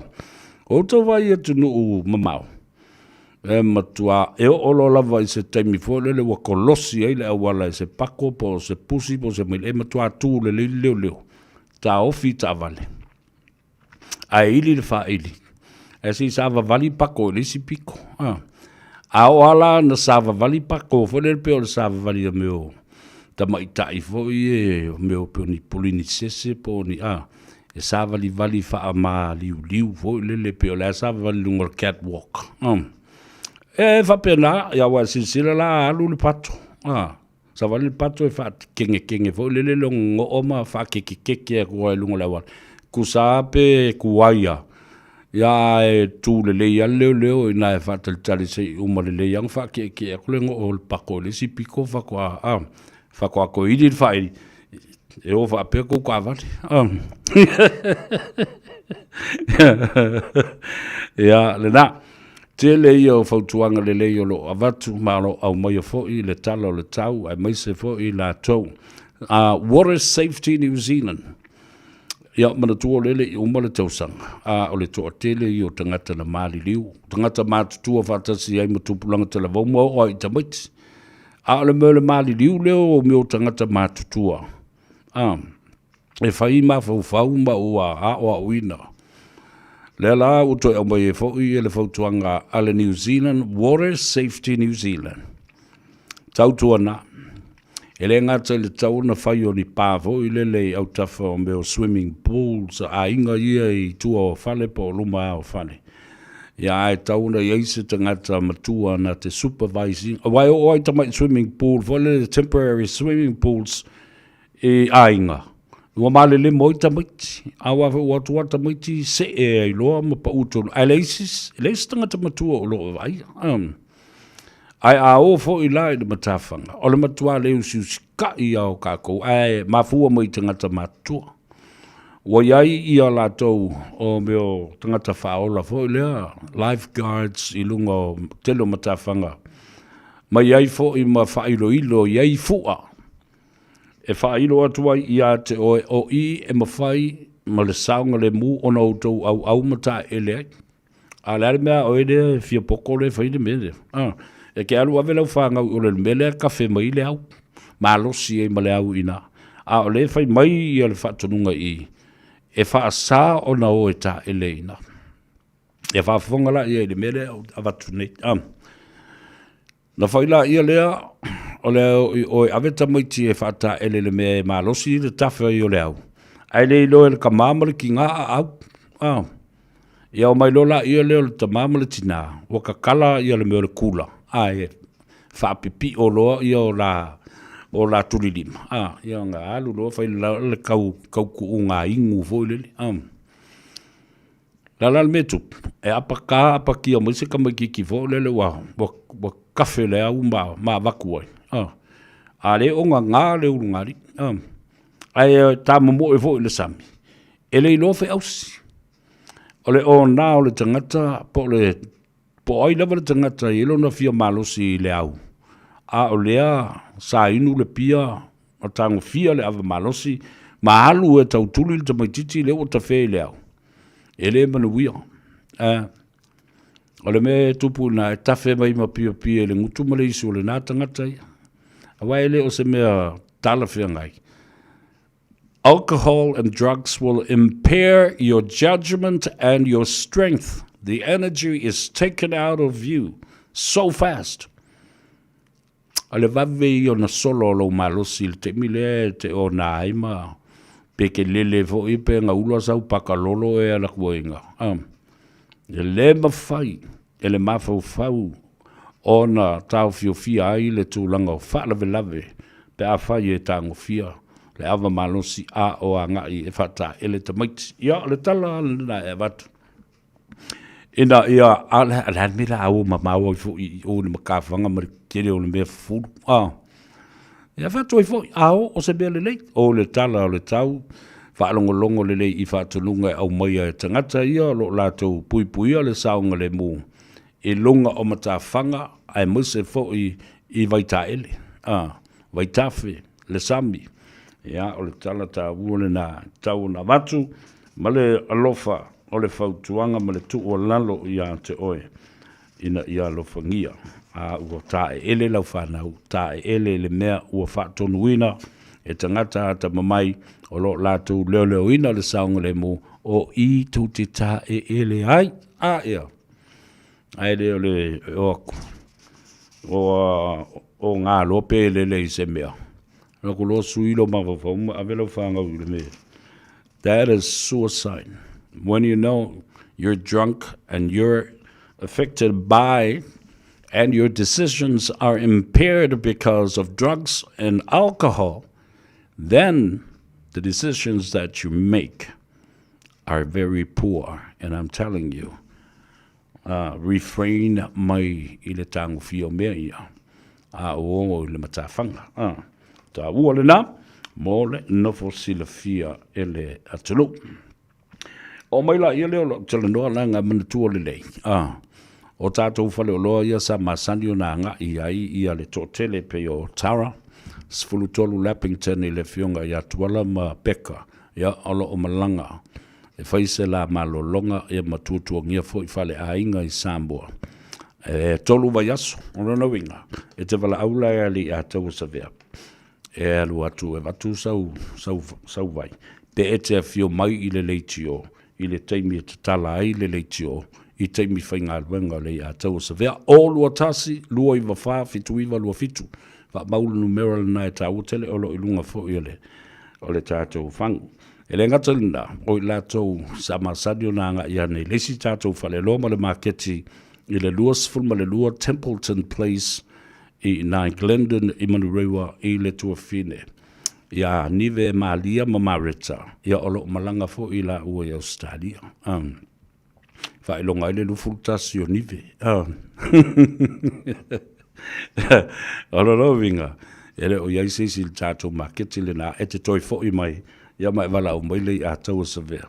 Ia na latu fo I la ia lea. E whaia le feso soani mo o e pa e whaalonga kua kau ua kau skaka le mea awana I misi lau vai e tā ua tele o vai teimi nei o le tausanga e maloloa le ai teimi uma inu teimi uma au ma le pō So se tu ai ngā taimi. A o tau mafa. O tau mafa e mafua i le tele fo i o ngā sangase. O umana tā pena le vai. Tali ai, i lau so o ngā ai. Ma le longo ko ngā mea ai e ke kau mawhai ma e ki ngā inga ma e mai ai. O lua tasi, lua iwa wha, fitu, iwa, lua, fitu. Ia le na. Matu fo i le whamalo ma le whaftai le tua o lo manui ai le tō tele ma le mamalu o le atunu i le mea lofa le nei ainga. Ia, ma ia sanga atiri ai o na wha malo losi o tūtino i vai wha natura. Nai lo isi meo al kele o melengi. Al ka ingo o whala au ko kere lopo a mela e palu i whala au ka ingo o kumaisi mea ngai kau kele maana malama po mea. A vai wha natura o mea na to tōre. I lau whanua me ele o lo tātou lava atunu. O mea na. I leo mea ngā whai ingi pālangi. E hoi ke leo me i e whai pālangi. E ingo aku ae ma wai kankai lisi fo ima e ka o le mūlisi. E reo tū lisi o le mūlisi. Ia le na. Ona tātou wole tāle pese. Le anga o te mana o ina ia file mūlo wanganga i lungo o le awala. Au e te ita, ono sai. Tātou atu i kalihi, ma whaamaru ia atu ai le tausanga fau i le sunga le tō ina. Reverend Elder Tinetali Ngafa, ia, ma le whaletua ia moe awa, ia mese fo le no whaalo ma le ai ngā rii, i kalihi i o Hawaii o le e kalesia e whakasa ma le pulenga o le nāmata ngā ruenga. Alofa te lea tu lau sunga le tō ina ma le whaltua, wa pia fo i le mamalu o le kalesia. Ia e le ngata i lea, whamaduia le tausanga fau i le tātou tina matua. Anti whaalawe lave afu masanga. Poe la ulu i ka huku, tātou ainga i la ie, tātou ainga i waipahu, tātou ainga i kane oe, tātou ainga i kuilima, hale iwa, o tātou ainga i hale ula. Ia, lene, ia, ai mai se, tātou ainga i vaenga ese pe una iai i nā i maui, i kahului, makauao, la haina, e whapeta ngatu mkwa kaa le di inga le a kausa vewa kele o unga e ka umai hau e tātou ainga o whaalongolongo mai kona, ia, ai mai se foi, o le whaongaina o le tātou wala leo fau le nā o iei nei. Lai whapeta ngata o leu te i Samoa. Ono la wakia tuloa ma le FM 106.1 FM. I Samoa. Ai whalongo le leo le a taulo. So le wai ngei. Whaku. Ia aku pe koe wherere ia kua le vongo man.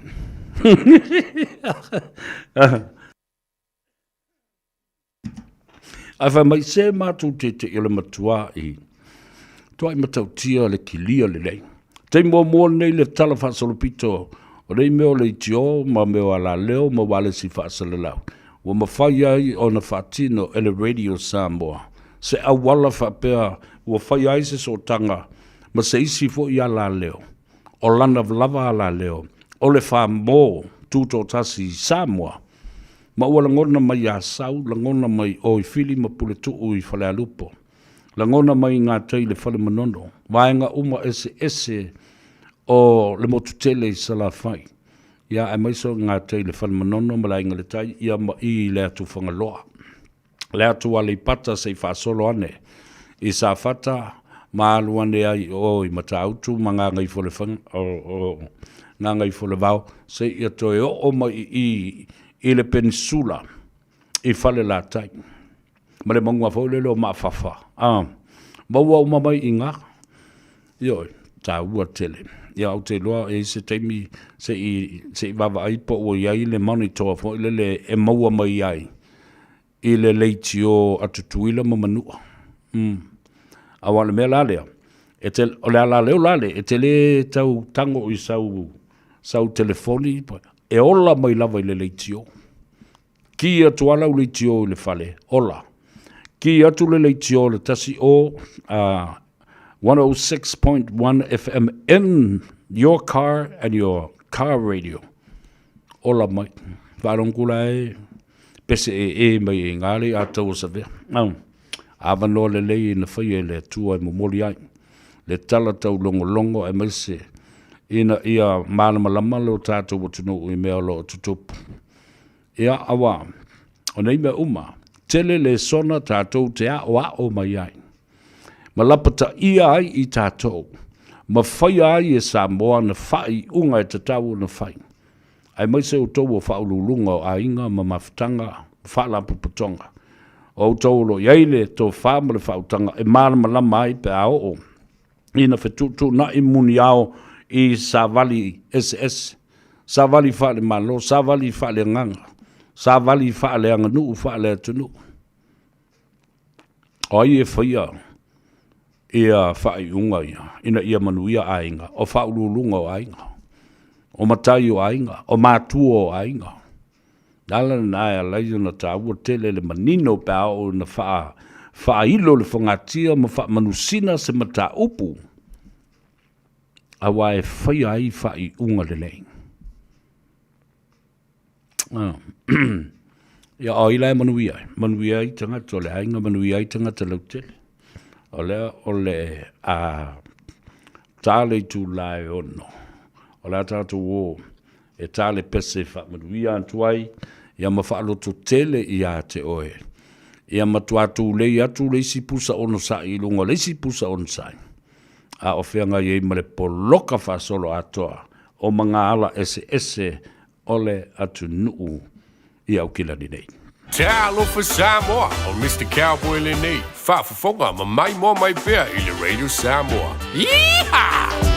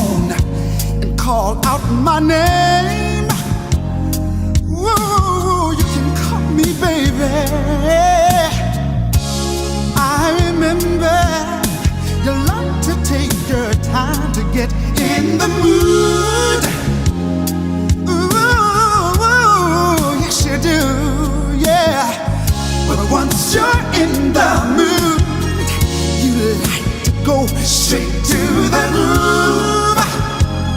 Oh,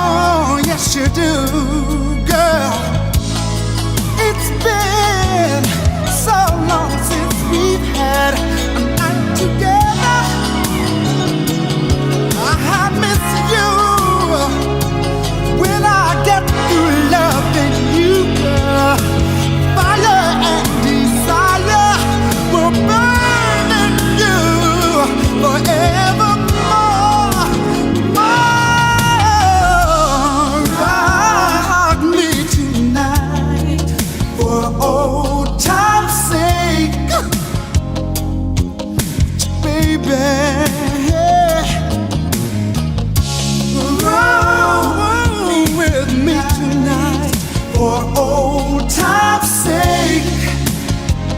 Woo, woo, would you rock with me tonight for old time's sake? Sweet baby, yeah. Roll with me tonight for old time's sake. Oh girl, come on and rock.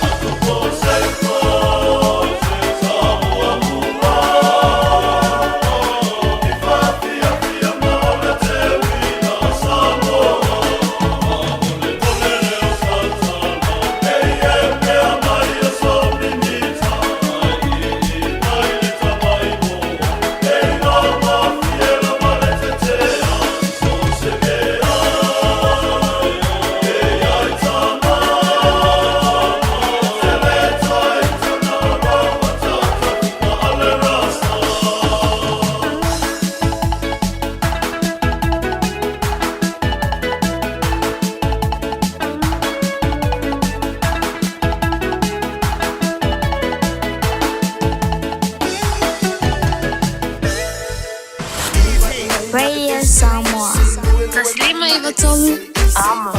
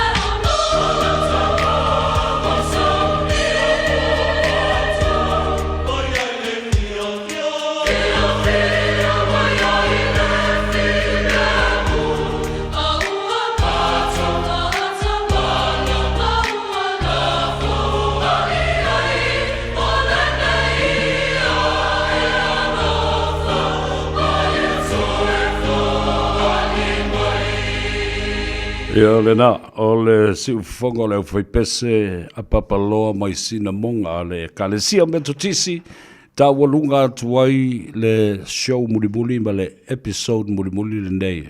O le nganga i fo Faiva mo le neitau sanga lua fe lua se furu ma le lima. Ia, le anga le leile na o le tua Samoa. Sa tātou wheiloa i ahi i le nātou sanga ua amata o na mau atu.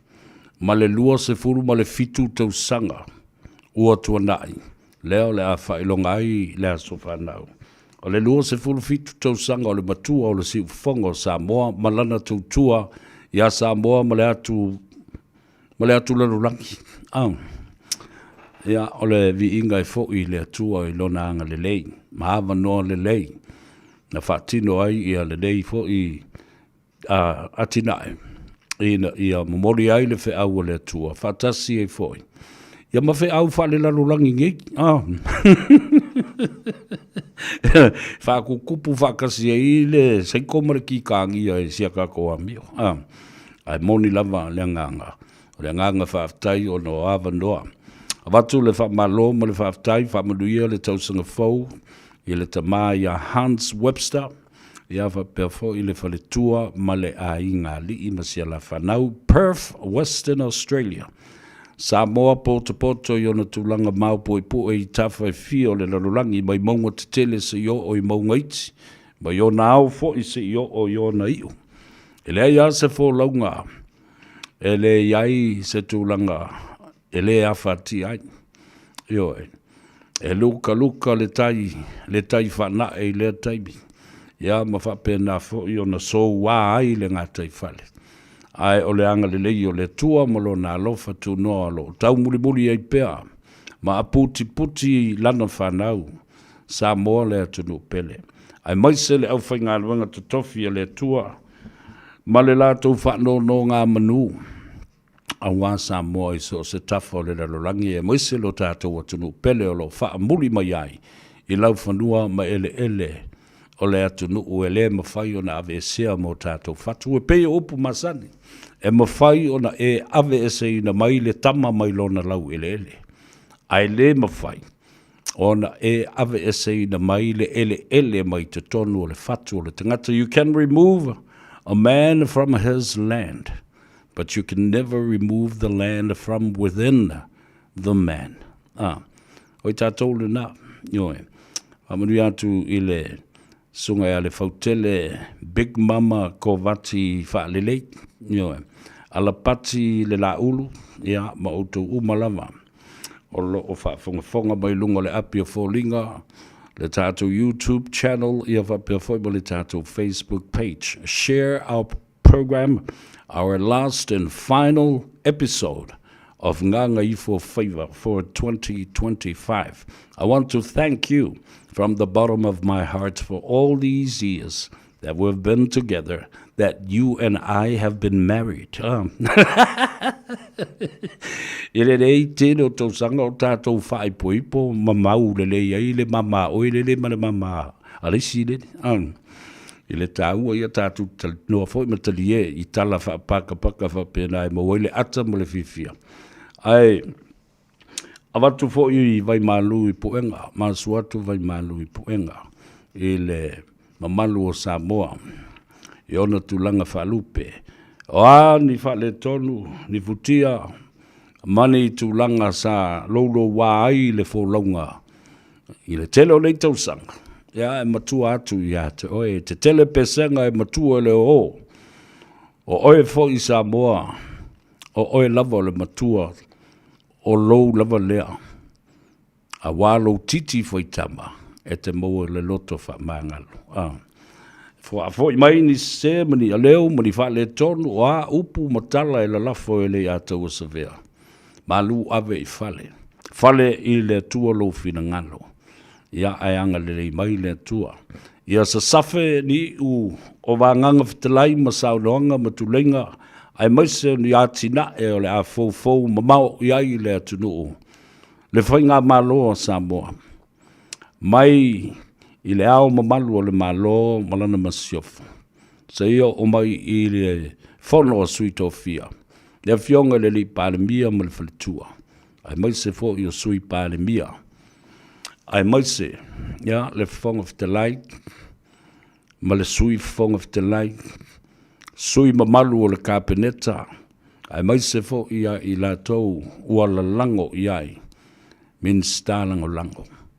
Le la fo I tu o le mauta, I le sunga le tu le epa, le teita I o le tu angai, le sui teita I o le tu angai, le la tau fai lau tusi, ma le mamalu o sui o se fono, o ma le pale mene, o sui o le fono, e ama le ofisa o le fono, le whaamsinonga, a wā le whaamsinosili whapea fōi, ona malu au tafa ma le nofo ato o le whaamsinonga, ia li I matamai tai, ai a le pulenga, le ofisa sili le sunga le papali I tele, John taima le langi a while, malona fōi au waa, le pelestene o whaamsinonga, whanua maswafa, a li I matamai tai umo le whaamsinonga, o whanua masuafa o le maota ngase e si I ngase I ai le atunuu ona pe a fia.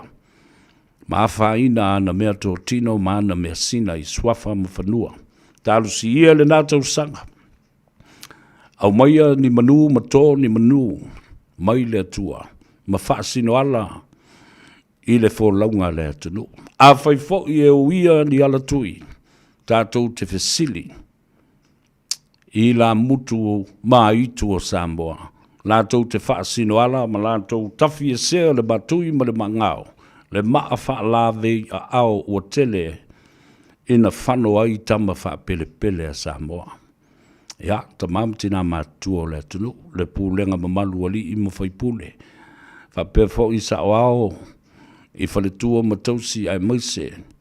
O au aluma tina ma tamaitai le au aluma. Ma au manga Samoa. Whanau la lo vawa le tulu. Ia ai maise o tau. O le au tala. Avea fo le nei avanua e whamanuia tuoli tau sanga fau. Ia lo matama whanau uma le kale sia Yesu Keriso la pa io asunga tai. Utalia ina o lātou vala aunga. Ma vea i lātou o ni mea whainga ruenga le tua. E le tau le o lātou soifua ia li i matamaitai. Ua vea o ni whaife au tālai. Manisi o le ata pena e tu ua o lātou a inga. Ina ia au nātu. I lea fo i tāpo inga malala lātou tali talunga. Ua tātou whaalongo i ai le fionga le li pālemia i le tūlanga o le whaulu whale mai o nisi o e kale sio ma tāpua inga e leo ni tāpua inga whaakirisiano a o winga whaapaupau e au maia i le atunu ma le wha mamaluino le sapati tātou tatalo whaatas e peo na sau noa mamalele le fionga i le li pālemia. O mai le tae au fau, e le mawhai ai o na toi whaalangolango na o se malo, ma se pulenga la tau te tau aveina ma tau a soa. Le avenga, mo Samoa, ia tūtū la i mai i tū tino uma o le atunu. Le ngā ruenga pa ia le tua ma le ainga sa le vi. Tangata Samoa uma, le whainga malo, ina ia tutu whaatasi, e la lango. E manuia ai Samoa i ana atina. Whamangalongo se wha le tonu, o le au o le nei, ai au te tuua o tau le pese lea na wala au mai ai ia se tasi o tamai taiwha mai e ala pe a. Ka mai lau pese foile le Samoan wedding song, o le pese o le whaipoiponga. E a fo i e wha mau ile kako whaipoiponga ma le lua afe ma le lua ongo. Whapea lea. Well, folks, that's it for me. Thank you for your support throughout the years. I really, really appreciate that. Sharing our psychology, our thinking, our way of doing things throughout the years. I want to thank you, and I want to leave you with my blessings as well. Here we go. Those are the stories about our people today and this year. O talanda e winga I o tātou tangata. I le neitau sanga lua whelua sifulma le lima. Tātou tuu I luma le tua e tō manu, ia a wale fō launga le tunu umo le lua whelua sifulu ma le ono. Tu autou le pesele a tau sa vea. E la le pia autou tinama tamaitai. Aunga whapai o tamaitai ai maise o sa o ao o le atunu. Ke fiu e ka whauma e vai se mea. Whea atunu. Nga e kami voi isi kenge isi o isi akungu. Eke o mai sa mo e la le lava. Tama itai o le atunu. Well, so long.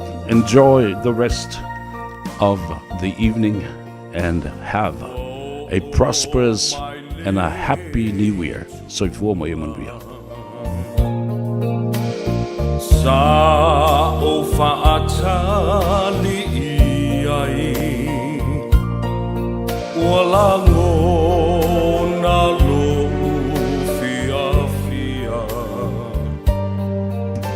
aua uata fantasia watulo loto atoa o oe olela o Samoa alofa mo oe ele uma e tu mawea si o ele uma o oe mau watasi olo sila mai le langi